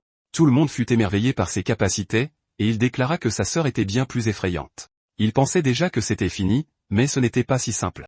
Le corps du monstre fusionna, et en regardant les tentacules ramper sous la peau de la bête, il se dit que c'était impossible. Ce monstre est-il un mort-vivant? Réalisant cela, Efrid s'inquiéta énormément pour son fils et s'exclama avec indignation, « Pourquoi un tel monstre vit-il dans le sous-sol du domaine ?» Zénith caressa sa barbe avec un sourire et répondit que la créature était attirée par l'odeur de la mort. Il pensait que la bête avait jugé qu'il y avait assez de charogne ici, alors elle s'était glissée dans le sous-sol. Comme elle ne mourrait pas, peu importe combien il la coupait et la brûlait, il avait ordonné sa capture, décidant que ce serait l'adversaire parfait pour tester la force de quelqu'un. Et grâce à cela, ils n'ont plus de problème pour se débarrasser des corps. L'homme affirma que capturer des morts-vivants n'est pas une tâche facile, même pour un chevalier expérimenté, et pourtant il ordonnait au garçon de le tuer. Allait-il simplement regarder mourir un enfant doté des 7 ailes? Il lui répondit que si cela se produisait, cela signifierait qu'il n'était qu'un vantard. L'emblème d'une aile sans pouvoir vaut moins qu'une décoration banale. L'homme protesta, et il lui dit de ne pas s'inquiéter. Même s'il mourait, il serait capable d'en gérer les conséquences. En fait, il serait peut-être même plus à l'aise ainsi. Il gloussa doucement, et le comte mais jeta un regard inquiet au garçon, se demandant pourquoi il avait été si autoritaire. Il ne devrait pas mourir si facilement. Aster, pendant ce temps, continuait de tailler le monstre en pièces. Mais peu importe le nombre de coups qu'il portait, il ne sentait aucun recul. De plus, la régénération du monstre était tout simplement phénoménale comparée à celle des morts-vivants ordinaires. Mais les morts-vivants étaient déjà morts. Donc, pour les achever définitivement, il devrait soit les brûler avec la lumière du soleil, soit les purifier avec une arme sacrée. Et s'il ne pouvait faire ni l'un ni l'autre, alors mieux valait ne pas combattre. C'était le protocole standard et le simple bon sens face aux morts-vivants. Mais, bien sûr, il n'avait aucune issue pour s'échapper. S'il n'utilisait que des méthodes ordinaires et superficielles, alors le fait de posséder 7 ailes n'avait aucun sens. Il allait prouver sa valeur. Il leur montrerait qu'il pouvait écraser des morts-vivants ordinaires par la force brute. Il balança son épée, tranchant les membres du monstre, et le corps de ce dernier fut projeté en arrière, s'écrasant contre le mur dans un fracas. Le bâtiment tout entier trembla, et tout le monde fut stupéfait par la puissance des 7 ailes, essayant de voir ce qu'il y avait en bas. L'avait-il vraiment vaincu? La poussière occultait tout. Zénith regarda attentivement et aperçut le garçon, puis il dit avec déception, « Quel dommage !» Le monstre bondit sur Aster, l'attrapa et le projeta au sol en grognant d'un air menaçant. Efrid se jeta aussitôt contre les barreaux, criant le nom de son fils avec anxiété. Le comte l'avertit de ne rien faire de si maladroit que d'essayer de le sauver, et il demanda en réponse. Lui disait-il de rester planté là et de le regarder mourir? Mais sourit et lui demanda de se calmer pour le laisser regarder de plus près. Il semblait qu'il avait encore un as dans sa manche. Aster eut un sourire narquois, ravi du succès de son plan. Le corps du monstre était devenu visiblement plus fin à cause des nombreux coups. Il rassembla de nouveau sa force dans sa lame et transperça le monstre, faisant jaillir le sang de sa gueule accompagné d'un rugissement étouffé. Il résolut de continuer ainsi jusqu'à sa mort, y injectant encore plus de force, et sa magie déferla, transperçant le corps du monstre. Efrid fut surpris. Il l'avait déjà vu avant de lui enseigner, mais c'était quelque chose de totalement différent. Un torrent de magie tourbillonna comme une tornade. Les chaînes s'arrachèrent, et le plafond se fissura. Les barreaux de la cage cédèrent. Tout le monde paniqua et pressa le doyen de partir, mais Zénith resta debout à observer le pouvoir des 7 ailes. Le seigneur tomba au sol, terrifié, et demanda, « Tout est calme? Mais que s'est-il passé au juste? Où la bête magique est-elle passée ?» Zénith le regarda avec surprise et comprit qu'il avait piégé l'implacable mort-vivant dans un tourbillon de puissance magique, le réduisant en poussière.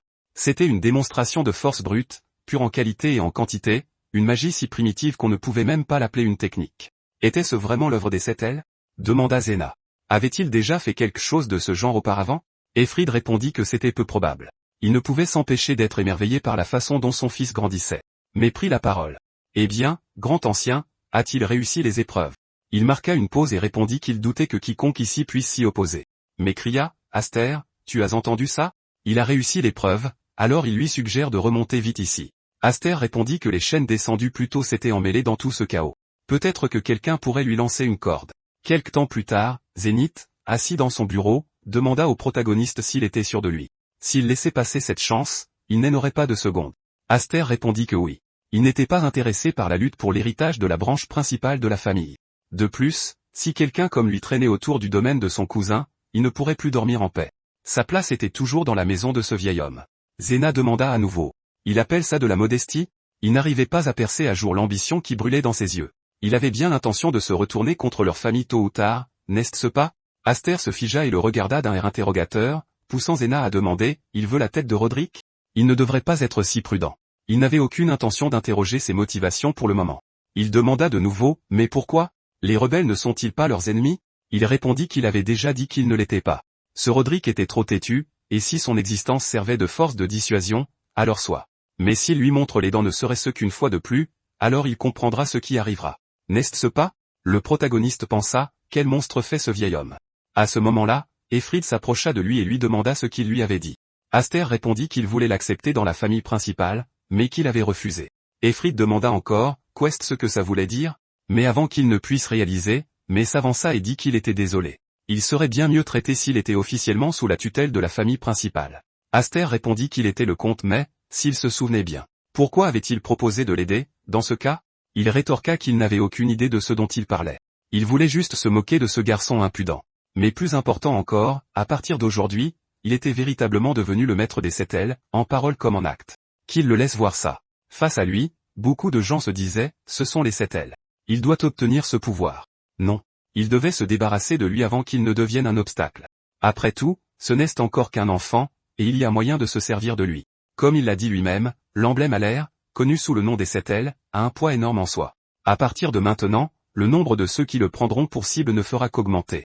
Aster demanda si cela signifiait qu'il en faisait partie, comte mais. Il se crispa puis dit qu'en fait, il était le directeur d'une académie des chevaliers, et que trouver de jeunes hommes prometteurs faisait partie de son travail. Ce vieil homme là-bas était pareil, il attendait donc avec impatience son inscription dans leur école. À plus tard. Après cette conversation, il partit en faisant un signe de la main à Aster, qui pensa que ce type était un individu insaisissable. Il était trop tôt pour décider s'il était son ami ou non. À ce moment-là, Efrid s'approcha de lui posa une main sur l'épaule et dit qu'il allait devoir lui raconter son triomphe en détail. Alors, devait-il rentrer à la maison maintenant? Aster répondit oui avec assurance. Maman allait s'évanouir en voyant ses blessures. Quelque temps après, le chevalier s'agenouilla et fit son rapport, commandant, le jeune seigneur Dal est mort lors d'une épreuve organisée par le seigneur Zéna l'autre jour. À cet instant, Roderick répondit, je vois. Il avait entendu dire que l'enfant de Efrid avait également été convoqué par la famille principale. Comment ça s'était passé pour lui? Le chevalier se demanda s'il avait l'impression d'avoir ignoré tout ce qui concernait son fils, et annonça qu'il avait de bonnes nouvelles. Il répondit que tout était clair, ce qui signifiait que les 7 ailes s'étaient bel et bien éveillées en lui. Il redemanda, il était donc au courant? À ce rythme, l'équilibre des pouvoirs au sein de la famille, maintenu depuis si longtemps, risquait de s'effondrer. Il devait agir. Roderick dit de laisser les choses telles quelles. S'il pouvait être ébranlé par un obstacle de cette ampleur, elle-même serait tombée depuis longtemps. De plus, rien ne pressait. Les 7 ailes lui appartiendraient tôt ou tard. Pour l'instant, qu'on le laisse s'amuser en liberté. Il se ferait un plaisir de voir combien de temps le nourrisson qu'il avait laissé s'échapper ce jour-là pourrait lutter. Voici l'enfant des 7 ailes. 4 ans plus tard, un employé de l'université se mit à crier, candidat aux examens d'entrée de l'Académie des Chevaliers, veuillez vous présenter au bureau d'inscription. Ceux qui ont terminé les épreuves doivent avancer rapidement. Certains chevaliers se retournèrent et demandèrent, « C'est lui, le gars des rumeurs ?» C'est impossible. Il avait entendu dire que c'était un type beaucoup plus austère. L'homme posa des documents sur la table et expliqua que les chevaliers des États étaient responsables de toute blessure ou accident durant l'examen. S'il est d'accord, qu'il signe juste ici. Ensuite, qu'il présente son emblème à l'air, s'il vous plaît. Ils ne peuvent laisser passer personne sans pouvoir magique. C'est impossible à falsifier. Lorsque l'homme prit le document en main, il dit, d'accord. Maintenant, son emblème à l'air est Aster elle-même. En entendant ce nom, il prit peur et regarda avec surprise le protagoniste qui demanda, aurait-il dû présenter son emblème à l'air? Mais son devoir se trouve dans un endroit qui n'est pas si facile à montrer. Son visage ne suffit-il pas pour être accepté ici? Quelque temps plus tard, alors que les gens s'étaient rassemblés sur la place, Aster se trouvait parmi eux et entendit soudain quelqu'un l'appeler par son nom. Le gars dit qu'il s'adressait bien à lui, celui qui se tenait là avec un tel air d'importance. Il n'avait jamais vu son visage auparavant et ignorait quel genre de noble de campagne il était, mais ne pensait-il pas s'être trompé de porte? Le gars s'appelait Biggie Smith, et il dit que Elta, l'un des chevaliers d'élite, se rassemblait ici. C'était le lieu de l'examen de sélection des candidats à la glorieuse chevalerie royale. Avait-il bien compris? Aster répondit qu'il n'y avait donc aucun problème, et Biggie se mit à lui hurler d'arrêter. Tous ici avaient suivi un entraînement éreintant et tortionnaire. Et malgré cela, il revenait passer cet examen encore et encore, rêvant de cette voix. Et il était venu ici en agitant cette épée d'enfant? Un pathétique messager comme lui n'avait pas sa place ici. S'il était juste venu pour bailler aux corneilles, alors il ferait bien de déguerpir sur le champ. Les gars autour réalisèrent que Biggie avait encore recommencé, bisutant de nouveau les nouveaux. Et ne se fatigue-t-il pas de faire ça chaque année? Mais plus important encore, le gars qui l'harcèle n'est-il pas cet LM dont tout le monde parle? C'est Aster, celui avec les 7 ailes. À ce moment-là, Biggie était perdu dans ses pensées et surpris, quand soudain un autre gars s'approcha d'eux et demanda, « Waouh! Qui est-ce? Pourrait-il vraiment s'agir de son cousin, Aster ?» Aster réalisa que c'était Gurion et le regarda dans les yeux avec assurance. Gurion s'inclina et dit en souriant qu'il ne s'était pas vu depuis un moment. Il avait entendu dire que personne ne savait ni quand ni où il était né, alors il prenait la liberté de l'appeler son cousin. Aster répondit qu'il était désolé pour Dal, et Gurion répliqua que non. Il ne devrait pas s'en inquiéter. Une créature aussi inutile méritait de mourir. Au contraire, il se sentait soulagé maintenant qu'il était mort. Juste parce qu'il avait un an de plus, il agissait toujours comme s'il était un être à part. Il se mettait aussi en travers de son chemin. Il ne sait rien de leur Setel ou quoi que ce soit d'autre, mais il ferait mieux de ne pas sous-estimer ceux qui appartiennent à la famille principale. Compris? Sur ce, il se retourna et finit en disant que puisqu'il n'y avait plus personne ici pour le protéger, les gars autour de lui se mettaient à discuter. S'agissait-il de 2 membres de la famille LM en même temps? Cette fois, les candidats n'avaient vraiment pas de chance. La famille principale et la branche secondaire se chamaillent toujours. N'est-ce pas? Ils ne veulent pas être pris entre 2 feux. À cet instant, Biggie réalisa son erreur, et son expression changea. Puis il se tourna vers Aster et demanda, « Attendez. Est-il, non? Fait-il par hasard partie de la famille LM ?» Aster sourit et lui dit de l'appeler simplement Aster. Après cela, il lui tendit la main. Quelque temps plus tard, sur le site du premier examen, les gars se rassemblèrent et on leur dit, « Messieurs, il est ravi que vous ayez pu venir. Tout d'abord, il aimerait vous exprimer sa gratitude pour votre bravoure et votre patriotisme. Ces chevaliers royaux diffèrent des chevaliers locaux dans la mesure où ils évoluent dans les contrées sauvages. Ils servent le roi, le protègent, et sont des épées honorables qui risquent leur vie pour le roi. Ils n'ont pas besoin d'épées émoussées et inutiles. Même s'ils considèrent l'épreuve d'aujourd'hui comme un champ de bataille, ils doivent prouver leur véritable valeur avec toute leur force. » Aster était parmi ces hommes, pensant que ce qu'il racontait n'avait aucun sens, mais il était finalement de retour ici. La voie pour devenir un chevalier royal, lorsqu'il était sans elle, il n'avait même pas le droit de se tenir ici. Au-delà de cette ligne se trouve un monde de puissants qu'il n'aurait jamais pu atteindre, et l'homme qui règne encore à son sommet est le commandant en chef des chevaliers royaux, Roderick LM. Qu'il attende bien sagement là-bas, Roderick. Il l'atteindra à ce moment précis. Pour ce faire, il doit d'abord réussir l'examen de sélection. À cet instant, le garçon leva la main et cria de commencer ça immédiatement. Ce serait la première épreuve. Et à ce moment précis, des flèches acérées pleuvinrent sur eux, anéantissant l'un des hommes qui se tenait juste derrière Aster. Il se retourna de peur, et l'examinateur cria que la première épreuve était un test de tourelle. Que le vainqueur soit celui qui restera debout jusqu'à la toute fin. Un instant plus tard, des flèches fusèrent de toutes les directions sur les hommes qui tentaient de fuir, ne sachant que faire. Ils étaient terrifiés et hurlaient. Il y avait du sang partout, et les gars criaient de courir parce que s'ils restaient là, ils se feraient simplement tuer. Ils devaient former un groupe, se couvrir les uns les autres, et repousser toutes les flèches. Le dirigeant qui observait depuis la touche répondit que comme prévu, ceux ayant l'expérience des tentatives précédentes sauraient quoi faire. Mais même ainsi, le taux de survie n'était que d'environ 30%. De telles mesures superficielles atteindraient bientôt leurs limites. Ce qu'ils voulaient voir, c'était cette puissance incroyable que seul le porteur de l'emblème des ailes pouvait atteindre. Aster resta simplement planté là en silence, sans gêner personne, et Bigé se mit à crier, « Pourquoi cet idiot reste-t-il planté là? Était-il paralysé par la peur ?» Aster continua de rester là, immobile, et Gurion envisagea de mourir ainsi, transformé en hérisson. À cet instant, Aster dégaina son épée et, la levant bien haut, trancha les flèches qui volaient vers lui. Tous les gars furent stupéfaits par ce qu'ils virent et réalisèrent qu'il avait dévié toutes les flèches d'un seul coup. Aster sourit et leur dit de le viser de toute leur force. Un instant plus tard, il continua de lancer son sort avec une expression calme, semblant protéger ses adversaires sans le moindre effort grâce à ses propres pouvoirs. Bigé se demanda quel genre de monstre il était. Pas une seule flèche ne l'atteignait. L'examinateur fut surpris. Manipule-t-il le mana relâché pour créer un flux ascendant? Quel incroyable contrôle du mana. C'était comme si l'on était pris dans une tempête. Un instant plus tard, un vent violent se leva, et les gens ne surent pas quoi faire. Ils demandèrent si c'était fini. Était-ce vraiment la fin? L'examinateur dit qu'il y avait plus de survivants qu'il ne l'avait prévu. Et alors? C'était une excellente endurance, messieurs. Qu'ils regardent les cadavres autour d'eux. Ceux qui tenaient encore debout avaient réussi la première épreuve. Il n'y avait pas de temps pour se reposer, alors il allait les mener à la prochaine épreuve. Qu'ils le suivent. Bigé commença à chasser sa peur et murmura, « Quel instructeur venu des enfers alors qu'il venait de subir une pluie de flèches ?» Aster demanda, « Quel vieil homme? Es-tu déjà épuisé ?» Bigé demanda de nouveau, « Pourquoi avait-il l'air si complètement imperturbable ?» L'examinateur remarqua qu'il ne montrait aucun signe de fatigue après avoir dépensé autant de mana. Aster possédait cette aile. Ils allaient voir comment il se battait ensuite. Un instant plus tard, Gurion suivit tout le monde, se remémorant ses mots de tout à l'heure. Gurion comprit qu'il devait à tout prix l'empêcher de devenir un chevalier royal pour le bien de l'avenir de la famille LM. L'examinateur annonça que pour garantir l'équité de la prochaine épreuve, tout le monde utiliserait des épées identiques. Chacun devait remettre son épée et en recevoir une nouvelle avant la session d'entraînement. Bigé demanda, « Pourquoi est-ce nécessaire? Quelle galère ?» Aster redemanda, « Était-ce différent avant ?» Bigé répondit que les épées qu'il portait et celles des chevaliers de rang intermédiaire étaient de toute façon presque identiques. Ce n'est qu'une supposition, mais il se méfiait probablement à cause de cette étrange épée qu'il possédait. Aster regarda pensivement son épée, et Gurion dit que c'était bien ce qu'on pouvait attendre de son cousin.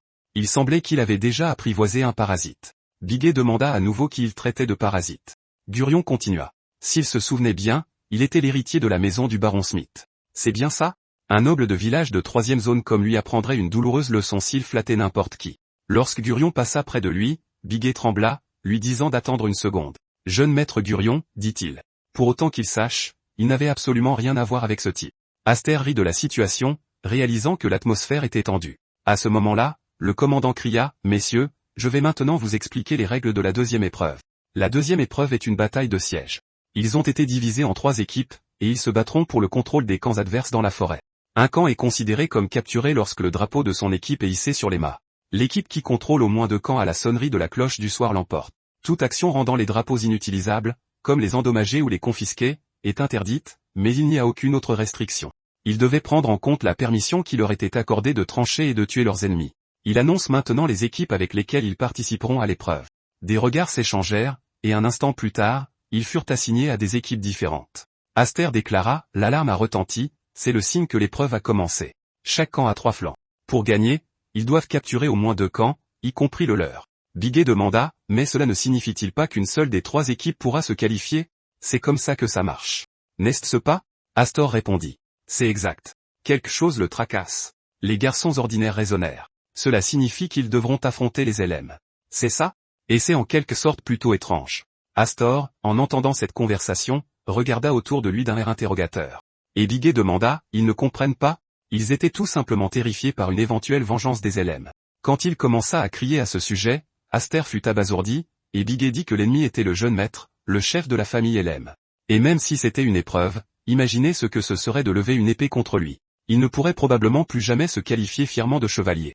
Dans le pire des cas, tous les serviteurs pourraient être tués, et c'était tout à fait possible.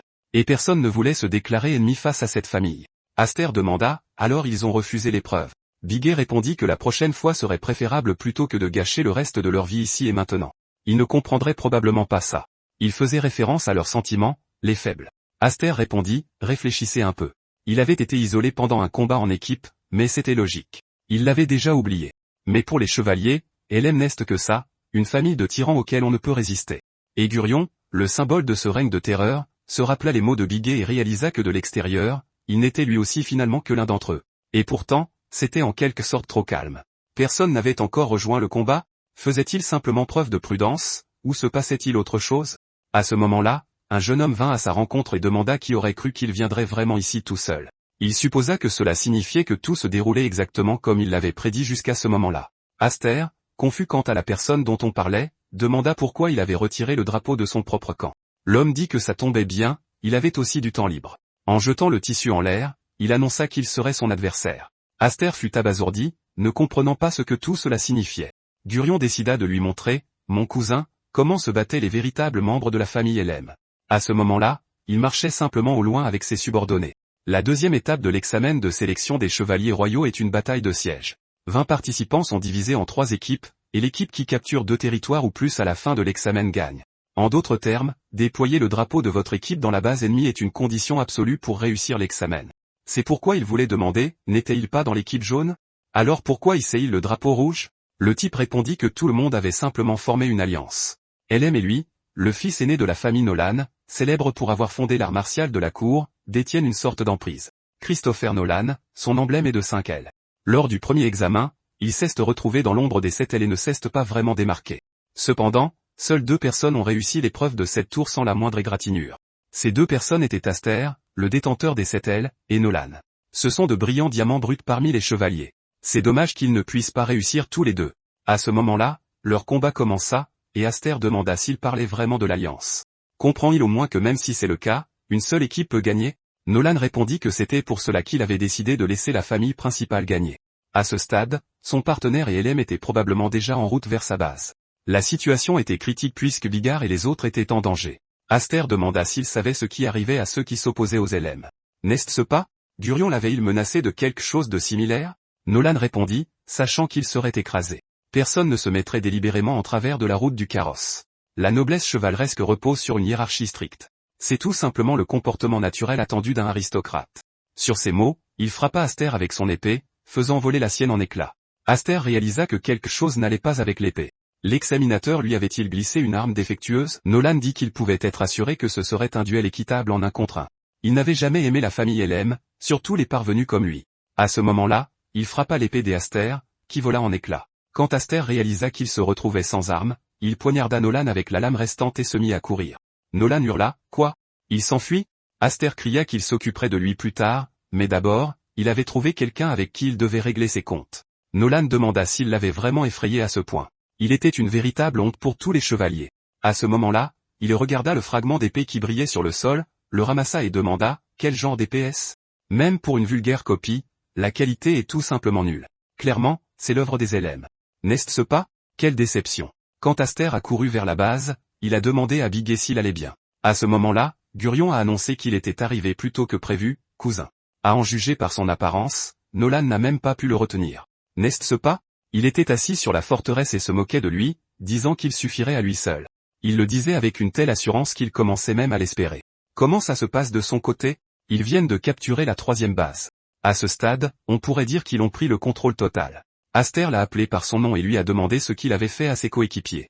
Gurion l'a regardé en silence et, en fronçant les sourcils, a demandé de quoi il parlait. À ce moment-là, Bigé s'est approché par derrière, a pointé son épée dans son dos et a dit, sans rancune. D'accord? Il avait dit dès le début qu'il n'allait pas faire ami-ami avec un idiot qui défiait Elem. Ils n'ont même pas essayé de résister, comme l'avait dit Gurion. Et même pour des singes de village, ils étaient assez intelligents pour comprendre avec qui Elem devait s'allier. Aster a demandé s'il pensait vraiment pouvoir le vaincre simplement en le submergeant par le nombre. Gurion a ri et a dit que non. Il a tort, mon cousin. Il a déjà gagné. Les conditions de victoire dans cette bataille de siège sont de conserver 2 territoires ou plus à la fin de l'examen. Même s'il se précipitait désespérément pour planter ses drapeaux sur chaque base, il n'a tout simplement personne pour les défendre. Il leur suffit d'attendre qu'ils se déplacent vers une autre base pour hisser à nouveau le drapeau rouge. Tant qu'ils tiendront au moins 2 bases à la fin, ils gagneront. Aster a répondu qu'il s'assurerait qu'ils ne puissent même pas faire ça en les massacrant jusqu'au dernier. À cet instant, il s'est mis en colère, et tous les gars autour étaient terrifiés. Gurion a dit qu'il bluffait simplement et a ricané, disant que cette épée était devenue inutile. N'est-ce pas? Ces ailes ne vont pas sans une arme. Il était pratiquement sans elles, ou voulait-il essayer de les combattre tous ensemble ici? Aster espérait que c'était un problème. Il était impressionné, Gurion. À ce moment-là, il a brisé l'épée de Bigé qui se tenait derrière lui et a dit qu'il y avait mieux réfléchi qu'il ne s'y attendait. Gurion pensait avoir gagné et souriait quand soudain, Aster a jeté l'épée détruite de côté et a regardé dans les yeux de Gurion, disant qu'il était doué et qu'il était assez impressionné. Gurion y avait réfléchi encore mieux qu'il ne s'y attendait. Mais à cet instant, Il a brusquement quitté sa place pour une autre et a commencé à combattre tous les gars autour. Il a arraché l'une de leurs épées et a continué le combat, faisant tomber les gars inconscients les uns après les autres. Gurion a demandé ce qu'il se passait. Un instant plus tard, Aster a pointé son épée vers lui et a dit que, comme il le pensait, se montrer devant lui était une grave erreur. Il s'était beaucoup trop exposé et allait tout simplement perdre contre lui. Gurion a hurlé que c'était une malédiction, qu'il était purement et simplement un monstre. Et à ce moment précis, Aster, utilisant ses pouvoirs, est apparu derrière Gurion. Il a crié qu'il était impossible qu'il puisse voler si facilement, et Aster a répondu qu'il dégainait son épée trop lentement. Un instant plus tard, son épée fut brisée en deux. Et Aster s'est souvenu du jour où il a volé pour la première fois. Puisqu'il était à l'origine sans ailes, il a vraiment ressenti ce sentiment d'omnipotence en manipulant le mana. Avoir des ailes est formidable, Gurion, mais qui le regarde ce mur qui était autrefois si haut. Gurion était terrifié et l'a supplié d'arrêter d'une voix tremblante, mais Aster a dit que maintenant, il semblait si bas. Il a souri, et l'instant d'après, une puissante explosion s'est produite dans la forteresse. Quand la poussière s'est un peu dissipée, Bigé a dit, « Eh bien, quel style de combat il a? Que s'est-il passé? Et qu'est-il arrivé à ces gars ?» Il a crié sur le côté, et Bigé a été stupéfait de voir Aster traîner le corps de Gurion derrière lui, le regard confiant droit devant. Gurion était couvert de coupures, de bleu et ses vêtements étaient déchirés, après quoi Aster lui a claqué la tête la première contre le sol. Gurion a essayé de dire quelque chose, mais n'a réussi qu'à dire qu'il était des idiots. Pourquoi restait-il simplement là à regarder? Il devait le tuer rapidement. LM le leur avait ordonné. Quand Gurion a crié cela, les garçons se sont exclamés que c'était une malédiction. Bigé s'est jeté sur son épée, et Aster a demandé s'il avait vraiment si peur de la vengeance des LM. Bigé s'est exclamé que bien sûr que oui. Sa famille n'est qu'une maison noble de 3e classe qui pourrait être balayée par n'importe quel vent. Si LM le voulait, il serait écrasé comme des fourmis. Pour que des faibles comme survivent dans ce monde, aussi pathétique que cela puisse paraître, il n'avait d'autre choix que de se comporter de manière soumise pour ne pas irriter la haute société. Pour quelqu'un comme lui qui avait tout, leur lutte devait être incompréhensible. Aster l'a regardé en silence puis a souri. Bigé a demandé pourquoi il riait. Il a répondu que sa sœur lui avait dit quelque chose de similaire autrefois. Il ne pouvait pas comprendre les sentiments de ceux qui n'avaient rien, et il avait ses propres arguments contre cela. Mais le fait était qu'il était maintenant béni par le pouvoir, et c'est pourquoi il y avait des choses que lui seul pouvait faire. Il a pointé son épée vers la gorge de Gurion qui grognait de peur, et Aster a crié que son ennemi était LM. S'il ne pouvait rien y faire, alors il allait tout changer. Cet LM actuellement arrogant et despotique, il le détruirait. Quand il a crié cela, tous les serviteurs se sont regardés sous le choc et se sont exclamés de peur. Quoi? A demandé Gurion d'une voix tremblante. Qu'est-ce ce qu'il disait? Bigé a également demandé. Comprenait-il seulement ce qu'il disait? Aster a répondu, oui. C'est une déclaration de guerre. Peu importe à quel point ils chérissent l'LM actuel, à la fin de cette dévotion, seule la trahison et une fin misérable les attendent. S'ils ne veulent pas de ça, ils doivent se battre. C'est cette aile qu'ils portent dans le dos lui ont sûrement été données dans ce but précis. Alors qu'ils choisissent quel LM ils vont suivre, lui ou Gurion. Les garçons étaient abasourdis par ce qu'ils entendaient et ne savaient pas quoi dire quand Gurion s'est soudainement exclamé de ne pas les tromper. C'est tout simplement intolérable. Il avait mémorisé tous leurs visages et leurs noms. Et s'il essayait de le trahir, il savait parfaitement ce qui leur arriverait. Bigé a baissé les yeux et, terrifié, s'est mis à pleurer en hurlant que c'était une malédiction. Il a jeté son épée de côté et a couru vers Aster en demandant s'il avait vraiment l'intention de le renverser pour eux. S'il leur donnait de l'espoir, puis qu'à la fin, rien ne changeait. Il le détesterait. L'avait-il entendu? Aster a répondu avec assurance qu'il promettait de le faire, et Bigé, s'arrêtant de pleurer et serrant le drapeau bleu, a commencé à crier, le fils aîné de la famille Smith, Bigé Smith, et du côté des Aster LM. Les hommes autour ne croyaient pas leurs yeux. Il avait vraiment dit ça, mais cela signifiait que le plan de Gurion avait échoué. Et Gurion, de plus en plus en colère, a dit qu'il n'était qu'un pecno et qu'il se trouvait aussi sous le joug de la mort. Bigé s'est mis à crier après les autres hommes. Pourquoi? Se contentent-ils tous de regarder? C'était l'occasion de montrer à ses parvenus d'elles-mêmes de quoi ils étaient capables. Il proposa de tout miser sur les 7 ailes. Les hommes commencèrent à échanger des regards, et Aster comprit, un de moins. Au moins maintenant, il n'aurait pas à planter les drapeaux tout seul, mais ce n'était toujours pas suffisant. Il lui fallait plus d'alliés s'il voulait renverser la famille elle-même. Gurion était assis là, dans un état pitoyable. À cet instant, un subordonné courut vers lui et lui demanda s'il allait bien. Il hurla à ce bon à rien de le laisser tranquille, fou de rage que Aster prévoit de renverser elle-même. S'il le laissait faire à sa guise, il ne pourrait plus regarder la famille principale en face car il n'était pas comme son frère. Il ne pouvait pas laisser ça se terminer ainsi. À ce moment-là, Nolan s'approcha d'eux et demanda, « Qu'est-ce ce qui ne va pas, elle-même ?» Pour quelqu'un qu'il n'avait pas vu depuis longtemps, il avait l'air plutôt pathétique. Gurion fut fou de joie en le voyant et se mit à crier. Qu'est-ce ce qu'il avait fait pendant tout ce temps? S'occuper de lui était son travail. Il sourit et comprit que c'était parfait, car il était toujours de son côté. Son emblème ne valait peut-être pas les 7 ailes, mais à l'épée, il était indéniablement plus fort que tous les autres. Gurion se mit à hurler de le mettre en pièces. Mais à cet instant, Nolan lui lança un drapeau rouge et dit qu'il venait le récupérer. Comme il le pensait, ses méthodes allaient à l'encontre de son code d'honneur. En d'autres termes, il rompait leur alliance. Gurion se mit à hurler de colère. Quoi? Un des gars lâcha, ils se foutent de moi? Même la famille Nolan les trahit? Un autre gars dit qu'il ne savait même plus dans quel camp il devait être. Nolan déclara qu'on dirait bien qu'il était de retour à la case départ. Aster ne pensait pas qu'il réussirait cette épreuve sans régler ses comptes avec lui. Pas vrai? Aster se retourna sans répondre, ce qui poussa Nolan à dire que c'était l'art de l'épée dont sa famille était fière contre sa famille aux ailes. À ce moment-là, il brandit son épée et proposa qu'il découvre enfin qui était le plus fort. Lorsqu'il fonça sur Aster, ce dernier dit « Non. Ça devra attendre ». Il repoussa l'attaque sans aucun effort, et Nolan réalisa que ce type était complètement différent, plus du tout comme avant. Aster brisa son épée en 1000 morceaux, et Nolan demanda « Oublie-t-il quelque chose ? Une seule équipe peut réussir cet examen. Et s'ils veulent tous les deux devenir chevaliers royaux, ils n'ont d'autre choix que de trancher ici et maintenant. » Aster répondit que ça poserait problème pour lui, mais qu'il voulait aussi qu'il devienne chevalier royal. Nolan demanda à nouveau « Comment ?» Aster répondit qu'il avait incité tout le monde à renverser elle-même, ce serait donc impoli de lui demander d'abandonner son rêve juste parce qu'il était dans des équipes différentes. C'est ça? Il avait un plan pour s'assurer que tout le monde réussisse. À cet instant, il sourit, et Nolan se crispa. Gurion fronça les sourcils, attendant la suite des événements quand Bigé demanda soudain « C'est tout ?» C'était tout simplement impossible. Aster répondit qu'il ne pouvait rien garantir, mais qu'il était confiant dans sa réussite. Mais pour que tout se passe bien, il avait besoin de l'aide de tout le monde. Alors d'abord, il s'approcha de Gurion et lui proposa de faire la paix. Lorsqu'il lui tendit la main, un instant plus tard, tous les drapeaux étaient liés ensemble, et le chef se mit à crier. Qu'est-ce que tout cela signifie? Quoi? Ils ne savent même pas comment lever un drapeau. Aster répondit que les conditions de victoire étaient de capturer 2 camps ou plus.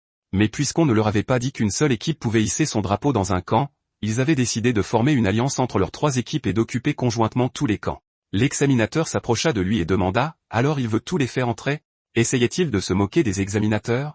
Bigé répondit qu'il savait que ça ne marcherait pas, et Gurion répliqua « Bien sûr que non. Une logique aussi tordue ne fonctionnerait jamais. » L'examinateur se mit à crier que si on lui ordonnait d'attaquer et de détruire un territoire ennemi, il se contenterait de serrer la main de l'ennemi en retour. Aster répondit que si l'ennemi avait plus de valeur vivant que mort, alors oui. Et l'examinateur souligna qu'un chevalier et l'épée de l'état. Ce n'était pas à lui de porter de tels jugements. Aster demanda « Alors il va les disqualifier ?» Puisqu'il n'avait enfreint aucune règle, une telle décision ne serait-elle pas l'expression de son ego au-delà de l'autorité de l'examinateur? L'examinateur ne sut comment réagir et murmura « D'ailleurs, si tout échouait ainsi, je me demande si la famille principale garderait le silence là-dessus. » L'animateur se mit en colère et garda le silence. Un instant plus tard, Bigé s'assit en face d'Aster et dit que son grand examinateur était allé consulter ses supérieurs, et qu'il attendait depuis 1 heure. Ça va vraiment bien se passer. Pas vrai? Ne les laisse juste pas dire qu'ils vont tous vraiment échouer. Aster répondit qu'il n'en savait rien, mais qu'au moins il leur avait montré que cela valait la peine d'en discuter. Gurion, mécontent, était assis à la table sans dire un mot. Bigé était toujours surpris que ce riche héritier ait accepté de coopérer. Qu'est-ce ce qu'il lui avait dit au juste? Aster sourit et répondit, rien de spécial en vérité. À cet instant, l'examinateur fit irruption dans la pièce et cria, attention. Le directeur Mimir est sur le point d'annoncer les résultats de l'examen. Il devait écouter attentivement. Bigé le harcela et demanda, c'est ça, un directeur? Mais il ressemblait à un vieil homme ordinaire. Aster lui demanda de montrer un minimum de respect, et le directeur se tourna vers Aster, réalisant que ce devait être lui. À cause de lui, il s'était retrouvé face à un choix vraiment difficile. Accepter autant de candidats d'un coup était sans précédent. Il y avait eu des propositions pour faire repasser les examens, mais avec le soutien des autres directeurs, ils avaient décidé d'accepter sa demande. Aster demanda ce que cela signifiait. Mimir répondit que tout le monde avait réussi, et à ce moment-là, les garçons furent fous de joie devant cette opportunité. Qu'ils continuent à travailler dur et leur prouve que leur décision n'était pas une erreur. Mimir félicita tout le monde pour leur admission. Bienvenue à l'Académie des Chevaliers. À la tombée de la nuit, Bigé se réjouit en disant que c'était tout simplement incroyable. Il se prélassait dans la baignoire en disant que la nourriture était délicieuse et les bains simplement immenses. Et tout ça grâce à Aster. Aster était à côté de lui, mais il ne montrait pas sa joie. Les garçons autour criaient qu'ils n'arrivaient pas à croire qu'il les avait vraiment tous aidés à réussir. Ils le suivront pour le restant de leur jour, patron. Nolan dit que ce n'était qu'une bande d'opportunistes, même si récemment ils étaient les laquais de Gurion, il n'allait pas le remercier pour ça. D'accord? Bigé le demanda à nouveau. Quoi t'ai-il dit? C'était des mots forts pour quelqu'un qui avait perdu contre Aster. Nolan répondit qu'il n'avait pas perdu. Il avait simplement accepté un match nul. Aster répondit que ça n'avait aucune importance, qu'il n'avait pas été défié par LM, et qu'il était pourtant les candidats officiels ici. Tôt ou tard, toutes ces petites victoires se transformeraient en un raz-de-marée qui écraserait LM. C'est ici que leur rébellion commence. Ses deux sœurs aînées avaient déjà obtenu leur diplôme, mais Alphon était encore là. Comme elle était entrée un an plus tôt, elle devait savoir comment les choses fonctionnaient ici et serait sûrement de son côté.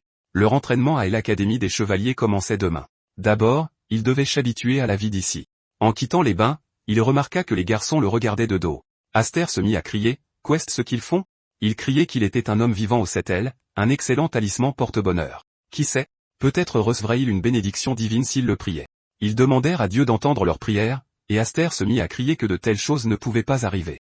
Pendant ce temps, Nolan soupira lourdement dans les bains et dit qu'il redoutait déjà l'avenir. À la nuit tombée, Hélène lui dit qu'il l'avait déçu, Gurion. Au lieu d'entraîner cet enfant aux 7 ailes vers les bas-fonds, il avait complètement échoué et était revenu en rampant. Et elle avait entendu dire qu'il lui avait même permis de déclarer son intention d'écraser LM. Voulait-il dire qu'il était simplement resté là à regarder après une telle insulte? Gurion tomba à ses pieds et hurla de lui pardonner cette erreur, mère. Il allait très certainement se racheter. La prochaine fois, il serait à la hauteur de ses attentes. Mais à cet instant, Lilian LM lui donna un coup de pied en plein visage, le faisant saigner. Elle hurla qu'il n'y aurait pas de prochaine fois. Il était un moins que rien. Un morveux inutile comme lui ferait mieux d'être réduit en charpie et jeté en pâture à une bête magique. Il était un perdant aussi pathétique que dalle. Gurion la supplia de l'épargner, par pitié. Après tout, elle était sa sœur, mais elle continua de le frapper. Gurion se dit que cette malédiction était entièrement de sa faute. C'était tout à cause de cet enfoiré. Il avait proposé de coopérer et avait dit que ce serait pire pour lui s'il rentrait les mains vides. Gurion demanda de quoi il parlait, au juste. Aster répondit que si le grand chef de la famille principale apprenait qu'il avait été surpassé par un déchet de la famille secondaire et qu'il avait raté l'examen, il le tuerait sans aucun doute. Comprenait-il cela? Gurion halta de peur et réalisa ce qu'il avait vu dans ces derniers instants, dalle, et c'était une vision terrifiante. Un homme ne devrait pas mourir de cette façon. Il ne voulait pas finir comme lui. N'est-ce pas? Tout ce qu'il avait à faire était de garder le silence et de fermer les yeux sur ce qu'il s'apprêtait à faire. À ce moment-là, Julius lui dit de le laisser tranquille. C'était assez. Son cher petit frère pleurait et s'excusait, n'est-ce pas? Gurion supplia son frère de l'aider, disant qu'il était une famille unie par le sang. Une famille devait s'entendre. C'est bien ça, Alphon? Elle était tenue en otage, assise sur ses genoux, muselée par du fer. Il attrapa sa tête, et Alphen ne put répondre. Hélène déclara que l'image de domination absolue des LM, qui avait tenu les chevaliers en respect jusqu'à présent, commençait à vaciller avec l'arrivée du porteur des 7 ailes. C'est pourquoi tous les deux devaient leur rappeler qu'ils n'étaient pas là juste pour faire joli. Julius était ravi et sourit parce que sa mère lui avait demandé de leur montrer ce qu'était la véritable violence. Quelque temps plus tard, les chevaliers se rassemblèrent près de la forteresse, et le commandant hurla qu'ils avaient tous été choisis comme cadets pour les glorieux chevaliers royaux. Cependant, les chevaliers royaux sont ceux qui, au combat et en stratégie dans tout autre domaine, forment une troupe d'élite supérieure aux autres chevaliers. Bien sûr, ceux qui souhaitent les rejoindre doivent aussi être spéciaux. Bigé hurla et tenta de se battre, mais son épée se brisa net, et il jura. Le commandant continua de crier que c'était leur académie de cadets pour les 6 rangs. Ils attribuent un programme basé sur leurs capacités. En d'autres termes, plus une personne est douée, plus elle aura d'opportunités d'apprendre des techniques avancées. Si une personne ne sait que manier l'épée, c'est un combattant de 3e ordre. Gurion ne put s'empêcher de s'en mettre en colère. S'il maîtrise la magie, il est de 2e ordre. C'était similaire à Nolan utilisant ses pouvoirs magiques. Ce n'est qu'en maîtrisant à la fois l'épée et la magie que l'on peut devenir un maître de 1er ordre. Ils n'ont rien à apprendre aux idiots ordinaires qui sont pires que le 3e ordre. S'ils veulent apprendre les meilleures techniques, ils doivent devenir plus forts. Ils doivent constamment prouver leur force. C'est la seule liberté qui leur est accordée. Lorsque les garçons virent un éclair de lumière aveuglant, ils reculèrent avec horreur. Aster accomplit facilement et parfaitement la tâche. Le commandant suggéra alors qu'il essaie d'abord d'atteindre ce niveau. Les garçons étaient en colère parce qu'ils ne pourraient jamais faire ça, et Aster garda le silence. L'un des collègues du directeur demanda, « Est-ce les légendaires 7 ailes? Quel talent incroyable! Il peut manipuler le pilier magique de qualité avec une telle facilité. Il est indubitablement spécial, mais le potentiel caché des 7 ailes va bien au-delà de ça. Et s'il se satisfait de ce qu'il est maintenant, il finira par se faire dévorer. Des dragons rôdent dans cette académie. Alors, ils réussissent enfin l'examen, et ils sont toujours en train d'être testés. Les chevaliers royaux sont une solide méritocratie, n'est-ce pas? De toutes leurs premières années, les seuls à ne pas commencer comme étudiants de 6e rang sont lui et Nolan. Ils sont déjà en retard, mais ils savaient que ce serait ainsi. On dit qu'il ne deviendra pas un chevalier royal avant d'atteindre le 2e rang ou plus. Aster dit qu'ils auront des ennuis s'ils ne rattrapent pas leur retard. Bigé s'énerva et dit qu'il était un patron strict et Aster demanda à nouveau, « Quoi ?» Bigé demanda à nouveau, mais ne lui dites pas qu'il a oublié. Il a lui-même dit qu'il écraserait LM. N'est-ce pas? À l'époque, il y avait pas mal de gars qui prenaient ses paroles au sérieux et qui pensaient qu'il pourrait changer leur situation. Alors laissez-les le suivre, patron. Il suggère qu'il écrase LM ensemble. Bigé attrapa Aster par le cou et fut ravi quand Aster répondit qu'il devrait devenir encore plus fort pour protéger tout le monde. Il pensait que Bigé avait raison. LM devait être anéanti. Et pour ce faire, il devait devenir encore plus fort. Bigé se tint le ventre et dit qu'il devait manger d'abord. S'il avait si faim, il ne survivrait pas à l'entraînement du jour. À ce moment-là, Bigé se demandait ce qui se passait et pourquoi tout le monde était agglutiné ici. Sont-ils tous occupés ou quoi? Les gars ont répondu qu'il était là, que c'était Aster. Ce qui se passait ici était terrible. Quand ils sont entrés, Julius, qui mangeait un sandwich, a demandé s'il était Aster. Il avait mis tellement de temps à arriver qu'il avait commencé à manger sans lui. Julius l'a appelé mon frère, et Bigé a posé la question, mais il espérait qu'on ne lui dirait pas que ce monstre était le même gars. Aster a répondu que oui. Julius est Lem, le deuxième fils de la famille principale, deuxième dans l'ordre de succession. Et à côté de lui se trouvait sa petite sœur, Lilian. C'étaient les frères et sœurs connus pour être les plus cruels des LM, il avait donc clairement oublié qu'il était là. Lilian a demandé, il a un visage plutôt mignon, n'est-ce pas? Il ne ressemblait en rien à ce frère lent, moche et stupide qui gisait à leurs pieds avec ce masque. Gurion était terrifié et ne pouvait pas répondre, et Bigé a demandé ce qu'était ce masque de si mauvais goût. Aster a répondu que c'était une entrave de fer. C'était un appareil disciplinaire que LM utilisait pour corriger les ratés. Julius a répondu qu'il en savait beaucoup pour quelqu'un qui avait grandi dans une famille de la branche secondaire Sidouillette. Ce type porte le nom de la famille LM, et pourtant il a été placé au 6e rang lors de la sélection d'aujourd'hui. C'est une histoire pathétique, n'est-ce pas? Alors il lui a fait un cadeau de la part de son gentil grand frère pour l'aider à faire plus d'efforts. À ce moment-là, il a appuyé le masque encore plus fort sur le visage de Gurion et a dit que si l'on fait de la nourriture, de l'eau, de la lumière et de l'air une récompense, alors n'importe qui fera de son mieux comme si sa vie en dépendait. Parce que s'il ne retire pas ses entraves, ils vont tout simplement mourir. Bigé était effrayé et ne comprenait pas. Que diable se passait-il ici? Ils avaient tous ce masque sur le visage. Julius a dit qu'ils avaient tous des regards perçants, comme des animaux affamés. Pas vrai? Ce sont leurs camarades plus âgés, alors qu'ils les saluent comme ils le souhaitent. Il s'est tourné vers Alphin et a dit, allez. Qu'elle n'ait pas honte et qu'elle leur montre son visage. Alphin s'est avancé devant tout le monde, et il a demandé, ça fait un bail qu'on ne l'a pas vu, non? Aster fut abasourdi en réalisant que c'était elle et s'est dit que c'était tout simplement impossible. Il s'est mis très en colère, et Julius a demandé, comment trouve-t-il ça? Sa sœur ressemble à une toute autre personne, n'est-ce pas? Elle était gênée de le regarder dans les yeux, et Aster s'est mis à hurler, ma sœur Alphon. Elle s'est détournée de lui, et Aster est devenu furieux. Soudain, il a dégainé son épée et a hurlé que Julius n'était qu'un monstre. Qu'avait-il fait à sa sœur? Un instant plus tard, le masque tomba de son visage, et Julius lui a dit de se calmer. Il s'était assuré d'en préparer suffisamment pour eux tous. Il a suggéré d'organiser une joyeuse fête de bienvenue. À ce moment-là, il a commencé à leur crier de se dépêcher et de recruter de nouveaux venus. Bande de salauds. Ce sont leurs entraves de fer pour les juniors. S'ils veulent manger correctement ce soir, ils doivent leur mettre des masques et tout amener ici. Ses subordonnés se sont précipités pour attaquer Aster, et Bigé a essayé d'affronter l'un d'eux en s'exclamant, bon sang, ces étudiants de la classe supérieure. Leurs yeux sont complètement vitreux. Il a confirmé qu'ils n'étaient pas mauvais. À tout le moins, ils devraient tous être au moins de rang 4. Bigé avait certainement prévu de combattre LM un jour, mais il n'aurait jamais pensé qu'il l'attaquerait sorti de nulle part. Honnêtement, la différence de force entre eux en ce moment est trop grande. Il s'est mis à crier, qu'est-ce ce qu'on doit faire, chef? À ce rythme, ils finiront eux-mêmes par faire partie de cette foule masquée. À ce moment-là, Aster a regardé les gars se battre et a fixé l'horizon avec confiance. Bigé était effrayé car ce type dégageait également une aura furieuse. Et Aster a dit, cousin Julius, qu'est-ce ce qu'il essaie de faire exactement maintenant? Il lui a dit de ne pas être si tendu, mon cousin. C'est juste un geste de bonne volonté de sa part. Est-ce qu'il comprend? Une bande d'incapables sans la moindre compétence valable se contente de profiter de lui pour réussir l'examen, et ils se prennent pour de grands cadets ou quelque chose comme ça. Quand ils sont des moins que rien, même ceux qui sont au sommet les méprisent. Tant qu'il est en charge ici, il ne peut pas tolérer une telle négligence. Alors il a pris sur lui de s'occuper d'eux, à la manière des LM. Aster a répondu qu'il ne posait pas de questions à ce sujet, et Julius n'a pas compris sa question. Il a dit de retirer rapidement cette abomination de la bouche de sa sœur. C'est ce qu'il voulait dire. Sur ces mots, il s'est précipité sur Julius et a tenté de l'attaquer. Alphon a couru devant lui et l'a frappé avec son épée, et il lui a demandé ce qu'elle faisait. Alphen l'a regardé dans les yeux, et Julius lui a dit de ne pas lui en tenir rigueur. Sa sœur était ici avec lui de son plein gré. Comprenait-il? S'il pense qu'il ment, qu'il le lui demande lui-même. N'est-ce pas, Alphen? Lilian a gloussé parce qu'il était si méchant, et Julius et Aster ont réalisé que ça faisait un moment qu'ils n'avaient pas eu de ses nouvelles. Maman était inquiète car il n'y avait eu aucune nouvelle d'elle depuis longtemps, mais il ne pouvait pas imaginer qu'une telle chose lui arrive. À ce moment-là, il s'est précipité vers elle et a dit qu'il ne savait pas ce qui s'était passé, mais qu'elle n'avait plus à faire ce que ces gens disaient. Il allait la sauver tout de suite. À ce moment-là, elle l'a repoussé sur le côté, et Aster s'est exclamé, ma sœur? D'autres gars sous les ordres de Nolan se sont précipités vers lui, criant que s'il n'allait pas l'achever, il le ferait lui-même. Il avait encore moins de noblesse que son jeune frère. Il est écœuré à l'idée que quelqu'un comme lui puisse se qualifier de chevalier. Maintenant qu'il lève son épée, elle aime. C'est le style de la famille Nolan. Il va le graver dans sa chair par le feu.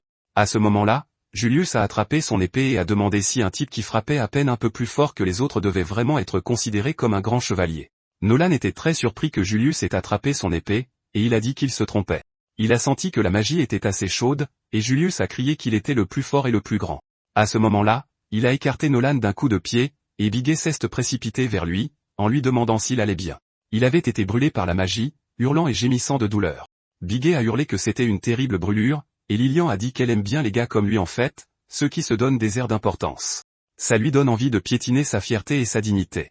Alors elle va faire une exception et le garder comme animal de compagnie, bien qu'elle n'ait pas besoin de ce type barbu à côté de lui. Julius a répondu qu'être faible est vraiment un péché, n'est-ce pas? Raconter n'importe quoi est le privilège des faibles. Il a aussi utilisé sa position pour rassembler des alliés. C'est ça? À ce moment-là, certains des gars ont attaqué et ont crié à l'aide. Mais Julius a continué en disant qu'au final, il finirait tout simplement par être dévoré par quelqu'un de plus fort. Alors, quelle direction son avenir prend-il? A-t-il raison, mon cousin? À ce moment-là, Aster est devenu fou de rage et a balancé son épée en criant, Julius. Il a essayé de le frapper, mais Julius l'a regardé dans les yeux. Aster fut choqué par sa force. Et à cet instant, Julius l'a attrapé par le cou et l'a enflammé. Aster a hurlé de douleur et d'horreur, et Bigé, qui s'était retourné et avait vu la scène, a crié son nom. Julius a demandé si c'était tout ce que le pouvoir des 7 ailes pouvait faire. Si c'est le cas, quelle déception. Il pensait que ce serait beaucoup plus utile. Aster a dit d'une voix tremblante qu'il avait juste réussi à renvoyer son attaque une seule fois, et qu'il ne devrait pas trop se vanter. À cet instant, Aster a créé un vortex lumineux autour de lui, ce qui a surpris Julius. Ça tourne? Qu'est-ce ce qu'il fabrique, ce type? C'est tout simplement impossible. Utilisait-il sa propre magie? Julius a essayé de répliquer, mais un instant plus tard, Aster l'a frappé avec une telle force qu'il l'a fait voler. Aster, en se redressant, a dit qu'il était en train de modeler quelque chose, mais Julius n'écoutait pas vraiment. Pourrait-il répéter ce qu'il venait de lui dire? Bien que tu devrais fermer ta gueule devant un tel déchet. N'est-ce pas, cousin? Quand Aster a parlé, il l'a regardé droit dans les yeux. Bigé a dit que c'était tout simplement incroyable. Ce monstre l'a vraiment fait. Aster a dit non, et Julius s'est relevé en disant que ça faisait un mal de chien, et qu'il l'avait envoyé voler. Qu'aurait-il fait s'il avait égratigné son précieux emblème d'aile? Bigé était surpris. Il semblait aller parfaitement bien, et cela l'effrayait. Lilian a souri narquoisement et a dit, grand frère, est-il si pathétique? Se moquer de lui comme ça juste pour se faire battre? Julius lui a dit de ne pas être si cruel. Lui aussi avait des sentiments. Le savait-elle? À ce moment-là, il a empoigné son épée et a hurlé. Comment ose-t-il le traiter de déchet, cet Aster?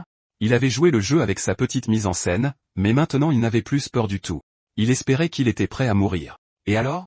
Aster a dit qu'il pouvait aller droit au but. Qu'il attaque, un point c'est tout. Quand Julius a frappé, Aster était tout à fait prêt à encaisser le coup. Mais soudainement, Julius s'est arrêté quand May a dit non. Ils en avaient tous les deux assez fait. Il a souri et a fait remarquer tout le boucan qu'il avait fait. À quoi pense-t-il que sert la cafétéria? S'ils sont aussi turbulents, alors en tant que directeur, il n'a pas d'autre choix que d'intervenir. Julius lui a dit de reculer. Il se sentait désolé pour son larbin, mais May a agité la main et a dit, « Jeune maître, ne parlez pas ainsi. Il vaut mieux qu'un étudiant de premier rang et candidat de surcroît n'utilise pas toute sa force contre un adversaire faible, cela nuirait à sa réputation. Alors s'il vous plaît, laissez-le ranger son épée. » May s'est approché et a écarté l'épée de Julius, qui a soupiré de colère et a dit que ça avait ruiné toute l'ambiance. Très bien. Qu'ils s'estimant tous heureux. Julius a ordonné à ses hommes de partir. La fête de bienvenue était terminée. Aster a crié, « Arrête !» Il n'avait pas encore fini de lui parler, mais à cet instant, May lui a touché l'épaule et lui a dit d'arrêter. Il avait besoin qu'il lui rende un service, Aster. À ce moment-là, Alphen a suivi Julius, et Aster a crié son nom, mais elle s'est retournée, a froncé les sourcils, et s'est aussitôt détournée de lui. Aster a regardé la muselière et a pensé tristement à Alphen. Peu de temps après, Bigé est également apparu dans le bureau et s'est assis à la table en marmonnant que c'était une malédiction. Julius était un monstre dangereux. Nolan était hors de combat, et plusieurs de leurs amis avaient été emmenés avec ces masques étranges sur le visage. Qu'est-ce ce qu'on doit faire maintenant, chef? Astor a répondu qu'il aurait dû l'arrêter, comte mais. La fille debout à côté de lui s'est mise à crier que c'était un manque de respect envers le comte qui était intervenu pour les aider. Mais il leur a demandé d'arrêter car tout allait bien, et qu'il était de vieux amis. N'est-ce pas, Aster? Le protagoniste s'est rappelé comment, 4 ans plus tôt, lorsqu'il avait été convoqué à la maison principale, Cet homme était le seul chevalier d'un noble sous la bannière DLM à avoir pris son parti. Il l'avait sauvé à l'époque, mais franchement, il ne sait toujours pas s'il est son ennemi ou non. Il se demandait ce qu'il préparait maintenant. À cet instant, Bigé a demandé, c'est le directeur. Pas vrai? Même s'il venait des LM, permettrait-il vraiment à une telle tyrannie de perdurer? Mei a ri et a dit que juste pour qu'il le sache. Il faisait également partie de la direction des LM, et tant qu'il n'y avait pas de raison sérieuse, il ne remettrait pas en question les actions du chef de famille. Astor lui a montré la muselière de fer et a demandé, il veut dire que forcer les gens à porter des masques pour les contrôler n'est pas une raison sérieuse? Il a répondu qu'il avait toujours été une académie de chevaliers fondée sur les principes de la méritocratie. Et peu importe les moyens, si cela menait à l'évolution des candidats, il n'y avait aucune raison de s'y opposer. De plus, les candidats sous la direction de Julius montent en grade très rapidement. Le directeur l'approuvait également. Aster a répondu qu'il semblait n'avoir personne sur qui compter et s'est détourné avec mécontentement. Mei a demandé, il ne compte tout de même pas aller secourir ses amis tout seul, si? Il ne le lui conseillerait tout simplement pas. La maison principale surveille le moindre de ses mouvements, et s'il les défie sous le coup de l'émotion, ils peuvent le renvoyer à tout moment. Aster a répondu que ce n'était pas une raison pour les abandonner, et qu'il ne s'agissait pas de sentiment de justice. C'est juste que ces choses pourrissent le cœur humain. Elles privent une personne de sa liberté, de sa parole et de sa dignité jusqu'à ce que même la volonté de résister disparaisse, transformant les gens en outils obéissants et commodes. C'est ça, l'horreur de ces chaînes. Mei a répondu qu'il parlait comme s'il l'avait vu de ses propres yeux, et Astor a dit qu'il connaissait simplement ceux qui avaient décidé d'agir trop tard. Il ne voulait pas que cela arrive à ses amis, et Mei s'est demandé s'il s'agissait de lui. Mais avant qu'il ne puisse finir sa pensée, il a soudainement répondu que ça ne valait pas la peine de s'en inquiéter. Il n'avait pas non plus particulièrement envie d'être expulsé soudainement, et s'il pouvait régler cela pacifiquement, alors tant mieux. Mais fut surpris et demanda à nouveau, il a donc un plan? Le protagoniste a demandé d'un ton moqueur, il sait comment il se bat, n'est-ce pas? 3 jours plus tard, il s'entraînait dur sur le terrain. Bigé courait de toutes ses forces en marmonnant, Nolan, est-il sûr que ça vaille la peine de s'entraîner avec ses blessures? Nolan était sûr qu'il n'y avait pas de temps pour se reposer. Le cours du 4e niveau commençait bientôt. D'ailleurs, ce n'était pas une blessure, juste une égratignure. Bigé l'a traité de têtu et a dit qu'avec un tel mana, celui qui devrait s'en inquiéter, c'était Aster. Pourquoi a-t-il fait ça? Il avait mis ses chaînes de fer à tout le monde et se souvenait comment son ennemi avait dit qu'il avait le cran de montrer à nouveau son visage, mon frère. Il ne lui avait toujours pas pardonné la dernière fois. Et voilà qu'il se pointe ici pour parler d'un marché? Pour qui se prend-il, bon sang? Julius était on ne peut plus sérieux, et Aster lui répondit qu'il était là pour récupérer sa sœur et ses camarades qu'il gardait en otage. Il leva la main et déclara qu'en échange, il s'imposerait une muselière de fer. Telles étaient ses conditions. En entendant cela, Alphen fut stupéfaite, se demandant ce qui pouvait bien lui passer par la tête. Aster répondit qu'il était sûr d'avoir déjà entendu des rumeurs disant qu'il était soupçonné de trahison. Mettre un collier à un rebelle n'était pas la pire des options pour lui. Lilian lui demanda à nouveau s'il était devenu fou. Voulait-il vraiment devenir l'animal de compagnie de quelqu'un? Était-il une sorte de masochiste? Julius lui répondit qu'il se trompait, qu'il n'était qu'une épine dans le pied de la famille elle-même. Sa mère et le conseil seraient ravis de cette décision, mais il n'avait pas l'air d'être du genre à jouer les bons garçons. Alors, où était le piège? Aster lui répondit qu'il n'y en avait pas, et Julius réfléchit à la question. Aster continua en disant que la muselière était scellée par magie, et qu'il avait tellement de clés qu'il pouvait le tuer quand il le souhaitait. Et même dans ce cas, il n'était pas sûr de pouvoir la briser. Julius s'énerva en comprenant que cet abruti faisait ça exprès. Il lui répondit que d'accord. Il acceptait. Après tout ce bavardage, un simple échange serait bien trop facile. Il attrapa la bouteille et commença à la faire fondre en marmonnant, 7 jours. Non. 10 jours dans ce truc. Sans nourriture. Sans eau. Et s'il respirait encore à la fin de ce délai, il les relâcherait tous. Alphen était terrifié, sachant que c'était tout bonnement impossible. Il allait mourir. Aster répondit immédiatement que, dans ce cas, ils avaient un accord. La muselière de fer ronge une personne de l'intérieur. Il le savait parfaitement bien. Et après tout, il avait été élevé par l'outil de la famille elle-même. Elle Alphen dont il se souvenait était enjouée et têtue, vulnérable comme tout le monde, mais elle n'avait jamais montré de faiblesse à personne. Elle était sa grande sœur forte. Mais à présent, elle ne pouvait même plus se défendre contre une créature aussi misérable et le regardait simplement, faible et impuissante. Il lui dit silencieusement de ne pas s'inquiéter, car il briserait ses chaînes pour elle. Il pourrait ensuite discuter calmement. Un instant plus tard, les garçons étaient épuisés, et Aster hurla, pourquoi s'amusait-il? Est-ce que quelqu'un avait dit qu'il pouvait se reposer? Gurion portait lui aussi une muselière et s'épuisait à essayer de reprendre son souffle. Il ne comprenait pas pourquoi il était puni pour tout ça. Bigé n'arrêtait pas de répéter que cette bête ne laissait aucun répit, même à ceux qui portaient une muselière. Ils mouraient avant que Aster ne puisse les sauver. Pour certains d'entre eux, on pourrait appeler ça le karma, mais Gurion ne répondit pas. Bigé lui dit qu'il était un idiot. Plusieurs jours avaient passé, et il avait toujours l'air d'aller bien. Le détenteur des 7 ailes avait-il vraiment une endurance inhumaine? Nolan se demandait comment on pouvait survivre sans eau ni nourriture pendant 3 ou 4 jours, une semaine tout au plus, et seulement si on ne dépensait aucune énergie. Avec une telle charge d'entraînement, jour après jour, il devrait avoir atteint sa limite, et pourtant il tenait bon. Nolan demanda à Biggs s'il avait entendu cette histoire. Avant que les enfants et leurs familles ne soient retrouvés, on racontait que le nourrisson avait gravi seul une montagne enneigée. Il avait marché péniblement dans les congères sur plusieurs kilomètres. Si c'est vrai, cela ne ressemble-t-il pas à une incroyable volonté de vivre? Biggs fut surpris et répondit que, pour sa part, il pensait toujours que ce n'était qu'un conte de fées. Un instant plus tard, Lillian entra dans la pièce sombre et dit, « Voici sa pâtée, exactement comme pour un rat. » Elle pointa du doigt la tête baissée du garçon et déposa un morceau de fromage dans son assiette. Lorsque le garçon vit cela, il fut horrifié et déclara d'une voix tremblante qu'il ne pouvait pas continuer ainsi. Il ne pourrait plus tenir très longtemps. Gurion se mit à supplier sa sœur de lui accorder au moins un repas copieux, quand soudain elle écrasa son assiette de son pied et lui dit que s'il ne voulait pas du fromage, il n'avait qu'à le dire, mais qu'il ne pouvait pas gaspiller la nourriture. Tu sais, contrairement à eux, il y en avait qui souffraient bien plus. C'était Aster, qui n'avait rien mangé du tout et qui était assis à l'écart. Son petit frère est tout bonnement merveilleux, n'est-ce pas? Ne serait-il pas temps de lui remonter le moral, Alphen? Julius s'assit juste à côté d'elle et dit qu'elle ne pouvait même pas le regarder, puisque c'était de sa faute s'il était dans cet état. Il éclata de rire, et Alphen se mit en colère, ne sachant que faire à ce moment-là. Elle enleva la muselière et commença à manger, ce que Julius ne comprit pas. Mais que se passait-il réellement? Il pensait qu'il avait une astuce pour retirer la muselière, mais il n'essaya même pas de résister.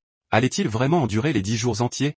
Ce serait préférable pour lui, car il verrait combien de temps sa fierté tiendrait. Mais pour l'instant, il se contentait d'apprécier le spectacle. Si une épée enveloppée de magie devient rapidement plus puissante, lorsqu'elle enveloppe un corps, elle se transforme en une armure qui protège la vie d'une personne. En d'autres termes, la magie peut changer de rôle selon la volonté de chacun. Parfois, elle devient des jambes plus rapides que n'importe quel destrier, parfois des yeux qui repèrent l'ennemi avant tout le monde. L'ennemi pensait que Aster n'était qu'un idiot à sa merci, mais il n'en était rien. Les garçons se jetèrent sur lui par derrière en pensant l'avoir pris au piège, mais la magie, véritable à tout cacher, peut inverser le cours d'un combat en un instant. Quand Aster part à l'attaque, les garçons furent totalement pris de court, incapables de comprendre d'où venait ce souffle de vent ni où Aster avait disparu. Aster bondit dans les airs et, l'instant d'après, une explosion retentit dans la forêt. Les garçons s'effondrèrent au sol dans un fracas si assourdissant que même les oiseaux s'envolèrent. Le professeur expliqua que, dans le programme du 4e niveau, ils apprendraient un contrôle magique spécialisé plus avancé. Les épées étaient interdites pendant l'entraînement, et ceux qui portaient l'emblème des ailes possédaient la capacité de tuer sans même dégainer de lame. C'était précisément ce qu'il était censé apprendre dans son cours. Aster regarda ses mains, songeant qu'une semaine s'était écoulée depuis qu'il vivait avec une muselière, et plusieurs jours depuis le début des cours du 4e niveau. Il avait déjà pris le coup de main pour l'entraînement à la magie de combat. Il ne restait plus que 3 jours avant la fin de leur accord. S'il y survit, alors sa sœur et les autres élèves seront libérés. Mais rester sagement les bras croisés à attendre n'est pas une option. Julius possède une force écrasante même sans épée, et il n'a toujours pas vu son plein potentiel. Rien d'étonnant à ce qu'il soit au 1er niveau, et Aster ne peut pas en rester à son niveau actuel. Même maintenant, alors qu'il est complètement épuisé, il doit trouver un moyen de combler l'écart entre eux. En se relevant, sa vue commença à se dédoubler et il réalisa que son corps faiblissait. Il s'effondra au sol, tout tournoyant autour de lui, et Nolan s'approcha pour lui demander s'il avait déjà atteint sa limite. Il toucha son visage et se rendit compte qu'il était fiévreux. Ce n'était pas surprenant. Après tout, il n'était qu'un humain. Aster fut surpris lorsque Nolan s'approcha pour lui dire que May avait affirmé que sa mort serait problématique pour lui. Il lui a demandé de le faire au cas où. Il a décidément des méthodes bien étranges. Aster était surpris. Mais, pourquoi fait-il ça? À cet instant, Nolan lui demanda d'attendre un peu, car on l'avait repéré et qu'il allait s'en prendre à lui avec cette muselière. Aster lui attrapa la jambe d'une main tremblante, et Nolan ne comprit pas ce qu'il faisait. Il allait mourir comme un idiot. Aster se demandait s'il allait sauver sa sœur maintenant, même s'il était son père. Il ne devrait pas se mêler de ceux qui ne le regardent pas. Nolan ne comprenait pas un traître mot de ce qu'il disait, mais il parvenait à le deviner. Il voulait tenir sa promesse envers ces enfoirés, mais il ne devait pas s'attendre à ce qu'ils jouent à la loyale comme lui. À ce moment-là, Lillian s'approcha d'eux avec toute son équipe et fit remarquer que Aster avait très mauvaise mine. S'il errait dans cet état à une heure aussi tardive, on risquait de l'abattre, de le rétrograder et de le tuer. Quand Aster la vit, il ne répondit rien, et Nolan demanda pourquoi elle amenait toute cette foule au regard noir. C'était une séance d'entraînement de rang 4. Une personne de haut rang comme elle n'avait rien à faire ici. Elle répondit que ces morveux disaient vouloir se pavaner devant elle, alors elle avait décidé de venir y jeter un œil. Il devrait plutôt voir ça comme une leçon ouverte. L'instructeur a dit que ça ne le dérangeait pas, mais elle voulait vraiment voir le moment où Aster tomberait à genoux, en larmes, pour implorer pitié. Alors qu'il l'ignore et s'entretue autant qu'il le souhaite. À cet instant, les gars commencèrent à se battre, et il se demanda ce qu'il entendait par leur plan de le briser avant l'échéance des 10 jours. Il s'attendait à des coups bas, mais pas de manière aussi flagrante. Maintenant, il y avait entraîné Nolan.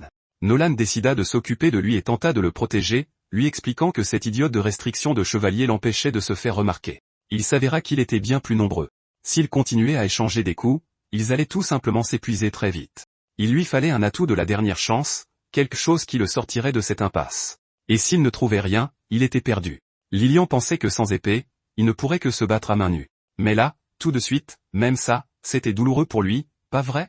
Il essayait toujours de jouer les durs, s'accrochant à sa fierté, et voilà le résultat. Plus il s'obstinait à refuser de céder, moins il avait de chances de gagner. Nolan lui cria d'esquiver, mais à cet instant, c'est un véritable monstre qui l'attaqua. Aster se retourna mais n'eut pas le temps de réagir et s'effondra au sol. Le sang jaillit de sa bouche, et il brisa un arbre avec son dos dans sa chute. Il n'avait pas la force de se relever, et Nolan jura. Est-il mort? Lilian lui ordonna de ne pas le tuer tout de suite. Plus tard, il deviendrait son animal de compagnie. Qu'il le tabasse, mais qu'il le laisse en vie. À cet instant, Aster prit peur et réalisa qu'il avait tout imaginé. De vives étincelles magiques apparurent autour de lui, et Lilian ne comprit pas ce qui se passait. Il avait accompli l'impossible et compris qu'il pouvait gagner. Le sang éclaboussa la main de l'agresseur, et le garçon réalisa qu'il avait été blessé. Quand il l'avait touché dans ce monde, un pouvoir magique semblait avoir traversé sa main. Aster se leva, et le garçon comprit qu'il s'agissait d'une sorte de défense magique, bien que très fine. Si c'était tout ce dont il était capable, il n'aurait qu'à l'écraser de nouveau. Quand le garçon se rua sur Aster, il hurla de toutes ses forces, et le protagoniste tendit la main pour parer une nouvelle fois l'attaque. Lorsqu'il y parvint et blessa l'homme de la tête aux pieds, ce dernier s'effondra au sol, terrassé par une douleur inouïe. Lilian grimaça de surprise, se disant que c'était tout simplement impossible. Même s'il n'était qu'un rang 4, il était déjà capable d'utiliser la modification d'attributs. C'était d'un tout autre niveau que la simple amélioration de base des armes ou de soi-même, une ramification de la manipulation d'énergie magique qui lui confère des propriétés uniques. Alors que la magie de son frère possédait l'attribut du feu, incinérant tout ce qu'elle touchait, son pouvoir magique à lui détenait l'attribut tranchant, déchiquetant tout sur son passage. Lorsqu'il s'en rendit compte, il commença immédiatement à utiliser cette magie. Même les magiciens du 2e rang et au-delà ne pourront jamais la maîtriser sans un talent inné. Et étant donné qu'il s'agit d'une technique du plus haut niveau, cela ne fait aucun doute. Il est actuellement capable de tuer des gens rien qu'avec son pouvoir magique. Nolan fut surpris. Il avait toujours l'intention de garder une longueur d'avance sur lui. C'est elle? Une stupide fille amochée descendit de l'arbre jusqu'à lui et déclara que ce n'était pas mal. Franchement, elle ne pensait pas qu'il irait aussi loin. Mais même si c'est impressionnant, il n'a tué absolument personne. Pas vrai? Cela n'arrêtera pas ses soldats. Est-ce qu'il comprend? Elle marcha sur l'un des soldats qui gémissait de douleur et tira son épée en marmonnant de se lever plus vite. Bande de bons à rien. Quand elle se mit à leur crier dessus, les gars tremblèrent, et Nolan ne comprit pas pourquoi elle les traitait de bons à rien.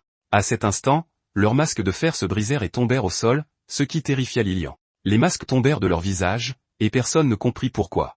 Dieu merci, ils pouvaient enfin respirer. Nolan réalisa que Aster était un idiot. Il venait juste de faire un truc pareil. Lilian demanda, et alors? Dès qu'ils l'ont mangé, ces gars sont devenus si obéissants qu'ils ont remis leurs masques d'eux-mêmes. Ils connaissaient parfaitement leur place, et elle ne savait même pas s'il essayait de jouer au héros, mais c'était peine perdue. À ce moment-là, Lilian se crispa encore plus et se mit à hurler. Que font-ils? Elle avait ordonné que cet enfoiré soit tabassé. Les gars restèrent immobiles et silencieux, échangeant des regards, et elle n'arrivait pas à comprendre ce qui se passait, bon sang. Nolan décida d'intervenir, affichant un sourire narquois, et fit remarquer qu'il semblait que même une fois libérés de leur fer, leurs âmes n'avaient pas complètement pourri puisqu'ils résistaient encore. Alors, qu'est-ce ce qu'elle va faire? S'opposer à lui, maintenant. Lilian entra dans une rage folle, tandis que Aster regardait silencieusement Nolan, qui lui demanda, qu'est-ce ce qui ne va pas? Il partit en silence en déclarant qu'il faisait tout ça pour lui. Lilian ricana et déclara que briser son propre masque avec une telle force aurait été un jeu d'enfant pour lui. Pas vrai? Avait-il vraiment tout enduré si sagement jusqu'au jour promis? Pour quelqu'un qui cherche à anéantir les elles-mêmes, il est étrangement docile. Tu ne trouves pas? Mais un tel comportement finira inévitablement par se retourner contre lui. Le comprend-il? Il ne peut pas se comporter ainsi en tant que membre de la maison du vicomte. Il ne peut rien faire dont son père et les autres ne seraient pas fiers. Et à cet instant, il se tint la tête, Nolan eut peur pour lui, quand soudain il commença à basculer et fut rattrapé dans les bras des Alphen. Aster sentit que sa sœur, et Alphen comprit qu'il avait toujours été aussi téméraire depuis son enfance. Qu'il lui pardonne, même si elle était sa grande sœur et qu'elle l'avait toujours laissé la sauver. Mais à présent, il lui donnait du courage. Elle le serra fort contre elle et comprit que tout irait bien. Quelque temps plus tard, Aster était allongé dans son lit et sursauta soudainement. Il n'arrêtait pas de penser à sa sœur et se demanda s'il avait rêvé tout ça. Il vit une enveloppe posée sur le sol juste à côté de lui. Astor le ramassa et lut les mots, Puis il froissa le papier entre ses mains et réalisa que cela ne pouvait tout simplement pas être vrai.